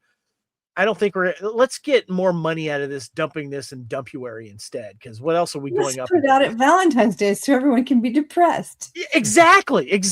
And it's just like, I'm so not returning this movie ever. I'm just not a fan of it. And I like the concept, but it was not executed well, in my opinion. Kyle. Gotcha. I've had enough of Mary Riley. I want to reference something. I talked about it a little bit earlier. 1996 was the year of the Asian invasion in American film, and nothing was more important than the movie we're about to talk about now. Because, ladies and gentlemen, I know I'm going to get in trouble, but let's get ready to rumble in the Bronx. Rumble in the Bronx, yes. Awesome, Kyle. Made over $36 million in its original theatrical run here. A young man visiting and helping his uncle in New York City finds himself forced to fight a street gang and the mob with his martial arts skills. Directed by Stanley Tong, stars Jackie Chan, Anita Mui, and Francois Yip. Kyle, give us some trivia on Rumble in the Bronx. I'm going to come back to the first piece of trivia because that's a conversation in itself. But filming in Vancouver, and this is actually a pretty famous story. They were filming in British Columbia, and on October 6, 1994, Jackie Chan broke his right ankle while attempting the scene where he jumps onto the hovercraft. Despite the injury, he was present at the premiere of Drunken Master 2 at the Vancouver International Film Festival that night. Thus begins the legend of American Jackie Chan. Jackie Chan talked about the initial difficulty of filming a movie in Vancouver, British Columbia that is set in New York City. The production team initially had to put up fake graffiti during the day and take it down during the evening, while simultaneously making sure that no mountains made it into the background. Yeah, New York and mountains not a good thing, but which they did fail. Which they did fail, by the way. Doing you can see them in the background. So yeah. But here's the most important thing of all this: this film is considered to be the featured Jackie Chan. This film is considered to feature Jackie Chan's Hollywood breakthrough performance during the preparation of the release of the film in North America. The producers decided to name the film Rumble in Vancouver. The American distributors decided that the film would sell better under the name Rumble in the Bronx, so the name was changed. But most importantly, this was mainstream America's introduction to Jackie Chan. Now, a lot of us diehards already knew about Jackie Chan. Thank you, Asian Underground Market videos. Drunken Master, a bunch, yeah. But this brought one of the greatest stunt performers in history and one of the greatest martial artists into U.S. eyes. And thank God, because we are better off with Jackie Chan in our lives. I remember going to the theater with my girlfriend at the time, Lisa, and thoroughly enjoying this and seeing the outtakes during the credits of the stunts and the stunts gone wrong, and him breaking his foot, his ankle, and how he had to cast around it, and he wrapped that fake shoe outline around it while he was still continuing doing stunts. And seeing someone like this, and you have the Blu-ray. I'll hold it up there again, Lacey, in the video. I just have the little DVD. I got to upgrade to the Blu-ray. That's nice. I like that. No Fear, no Stuntman, no equal. I had heard of Jackie Chan. I became a fan of Jackie Chan after this, and then we started seeing more Jackie Chan stuff come out, and now he's a cultural icon everywhere, globally now. And you're right, Kyle. This was huge for us fans as action films and also as Asian action movie stars as well, that were had to go and rent it or find it other ways and stuff like that. Jackie Chan did what Bruce Lee did. He changed everything as far as martial arts films, stunts. I mean, that's how big Jackie Chan is. You know what's funny about it too is he actually is a good actor, and he's funny as well. He's just so charismatic. And one of the nicest guys in the world. Lacey, your thoughts on Rumble in the Bronx and Jackie Chan? I love Jackie Chan. I love all the Jackie Chan. Jackie Chan's awesome. I was annoyed because the first 5 minutes is him coming in, getting here and all this kind of stuff, getting to the US and coming off the airplane and everything. And he gets into the car with the uncle, and the uncle says in Chinese, "How's your English?" And he says in Chinese, "Good." And then the uncle says, "Well, then why don't we use it?" And then they talk in English for a few minutes, and then they completely forget about that. And the rest of the movie, they speak with subtitles, which is fine. But I was like, why would you even have that sentence? Like, why? Y'all. Well, there was my DVD had English track. No, I mean it was in English, but they dubbed it. It was not like there's. Oh, I see what you're saying. Right. Yeah. They found other actors to dub their voices and stuff. Yeah. I think that was for the American audiences. Would you say? Exactly. Yeah. My problem is I love to watch all kinds of films. I watch Asian films. I watch, French, Italian, whatever. I will read a subtitle. I cannot deal with the lips not matching. It makes me a crazy person. I worked in audio. I get it. I can't deal with it. That's my problem. I think that was slightly done intentionally with this movie because they want to, even Jackie Chan, I think he's even said this somewhere, they kind of wanted to get that B-movie martial art fan base into this film, and that was one of their little tricks to do it. Was to kind of give them that little bone to pull them in. Okay, so that annoyed you, Lacey. You enjoyed the film, though, right? The movie was fine. It was fun to see the stunts. I don't think that the overarching plot was that fantastic. It was, gangs versus a dude. This is all about seeing what Jackie Chan was all about. It's all about the stunts, which were all really fun. The trope that I like about this movie, and I've seen other movies, is where you got the guy fighting the local gang. Yeah. And then, of course, you got the person that's part of the family that's part of the gang secretly. And this trope has been done before. But then, the gang leader says, okay, fine, you beat us. We're going to be your friend now. And now we're going to go up against, the big bad. I like that trope. It doesn't get old for me. And I enjoyed it in this film. What I found funny is when I first watched this film, I had not been to New York yet. Mm-hmm. And I had not been to Vancouver yet. Having been to both now, I kind of chuckle because I'm familiar with Vancouver very well. I've been there several times. Went there and did a Highlander TV series tour with my friend Andy Sloan. And so I recognized a lot of the locations that they kind of spilled out to as well there. But this was all about Jackie Chan making his debut to American audiences, and we ate it up, Lacey. I also wonder, what exactly was their thought process when they made him sleep in a onesie?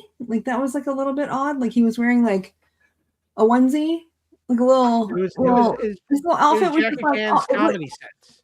It was it? Is that? Yeah, I've never seen him wear that in anything else. I think that was his personal style. It was a workout thing he did as well. Okay. So because he was doing some stretches and handstand stuff and doing like that. And I felt that was kind of a carryover from probably what he was wearing, in Asia maybe, but that's something that you wouldn't see over here in the States. So yes. No, it was very interesting to see his little. One last Kyle, question. Go ahead. Move on. Obviously, the big thing about this for a lot of people was we finally got to kind of experience the legend of Jackie Chan for ourselves with this movie. I feel like the Jackie Chan buzz started almost a year before this came out. People kind of knew, but it was growing louder and louder about this guy who does all his own stunts and what he does. And I think that year before Rumble in the Bronx came out, the Jackie Chan buzz was really, really building. Because a lot of his films were hitting the VHS shelves and stuff. And so us fans of martial arts, we knew who he was. And so, we were waiting for him to make his American crossover. Well, guys, let's wrap it up with one more movie here for February of 1996. And that is the thriller suspense movie Unforgettable. Did not do well in the theaters, just made about $2.5 million. And it's about a Seattle medical examiner who uses an experimental memory transference drug to unravel the mystery surrounding his wife's brutal murder. Directed by John Dahl, stars Ray Liotta, Linda Fiorentino, Peter Coyote, Kim Coates, Shooter McGavin himself, Christopher McDonald, David Paymer, and Kim Cattrall. Kyle, give us some trivia on Unforgettable. So A box office flop in the United States. This took 2 years to secure a theatrical release in the UK. There is a building they passed going into Seattle that has the name Traeger on it. This is Tiggs, Kim Coates' name in Son of Anarchy. And Kim Coates and David Peyer also starred in Carpool, which was also released in 1996. So what's funny, I'm holding if you see the slide here, you see two versions of the cover here. You see Unforgettable. It shows Ray Liotta with Kim Coates behind him and Linda Fiorentino. And then one of the posters has a big eyeball, basically. And the eyeball says, he loved her, he lost her. He won't let her memory die until it tells him who kills her. And I love how you see the big eyeball and it says Unforgettable. It reminds me of 1990 last year when I found the Frankenstein Unbound DVD, which is one of my little surprises that I found about 1990 that I enjoyed. And I bought the DVD. Highly check it out. Yes, it's a little kind of time traveling movie, actually. This came out in 1990. Oh, the time travel car. Oh, we'll talk about that later. I still have issue with the eyeball on that cover. This one here for the Frankenstein Unbound. Yeah. Creating a human, you're not gonna sew 9 different eyeballs together to make one eyeball. I'm sorry. Absolutely. Back to Unforgettable. This was on Tubi as well. Thank you, Tubi. You have a lot of 1996 films, and I appreciate that. I got to tell you, I kind of enjoyed this one. It was a good Ray Liotta film. Of course, the gimmick is this serum that Linda Fiorentino's character develops, and you have to kind of get them from you basically, like, if there's someone that dies, you get their blood, and then you can kind of see what they saw. So if someone's killed, you can see who killed them.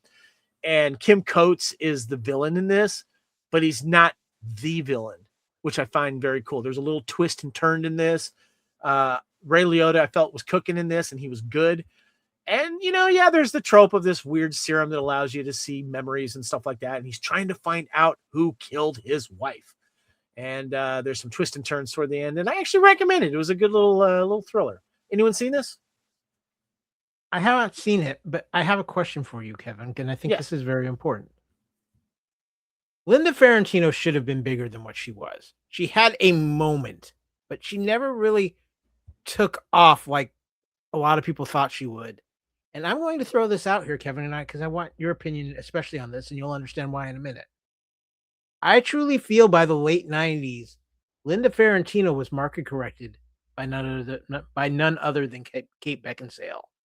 Because I think Kate Beckinsale was kind of a lot of people saw her as a kind of young, sultry actress.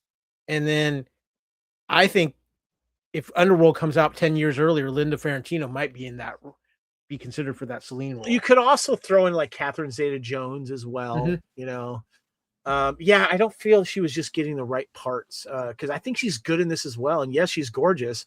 But this isn't like an erotic thriller at all. You don't see her take off her clothes in this. She's actually very good at what she does with her job.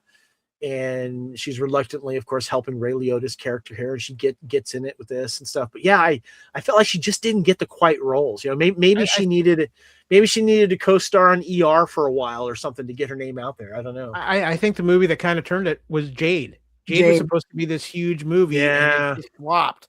Yeah. Lacey, have you seen Unforgettable? I saw it. I do remember seeing it. I don't remember what it was about. I mean, I do remember, but I don't have anything that sticks out. So it was, in fact, forgettable. Gotcha. Well done. All right, guys. Well, that is it. That is the movies of 1996 in not January, but in February. Got to change that. Any final thoughts on this month, guys? Lacey? I had a good past couple of weeks. It's been a rough week with losing people. So this was a good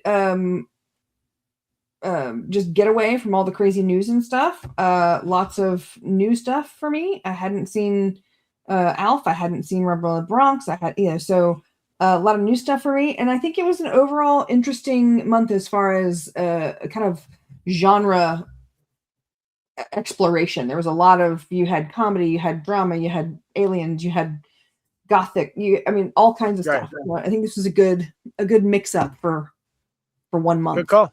Kyle, final thoughts on February of 1996. A very interesting month. You have some very cultural, important films in this month, whether it's Happy Gilmore, Rumble in the Bronx, You have got some great solid films like Broken Arrow. You've got White Squall. You've got Beautiful Girls. Across the board, just a really solid month for a February. Really, when you think about it, Some decent movies for Dumpuary. Yeah, agreed. I mean, yeah. I think there's what's real interesting about this is one of those months that even though we're in 96, I really feel like there's several movies in here that could represent 80s films as well as 90s films. This is kind of one of those ones where there's a lot of films from different that can fit into any generation. And I think that's what's really interesting about this month. Good call. Yeah, I agree. Good collection of different styles and genres and stuff. And I was very happy to discover the Project Alpha movie, to be honest with you. I was very happy about that. I love me some Alpha. One last thing, Kevin, real quick. And a final thought. I challenge you and Lacey to go on YouTube, look up Alf the Animated Series, and I promise you, you will not have the theme song to that show will be stuck in your head for days. Gotcha.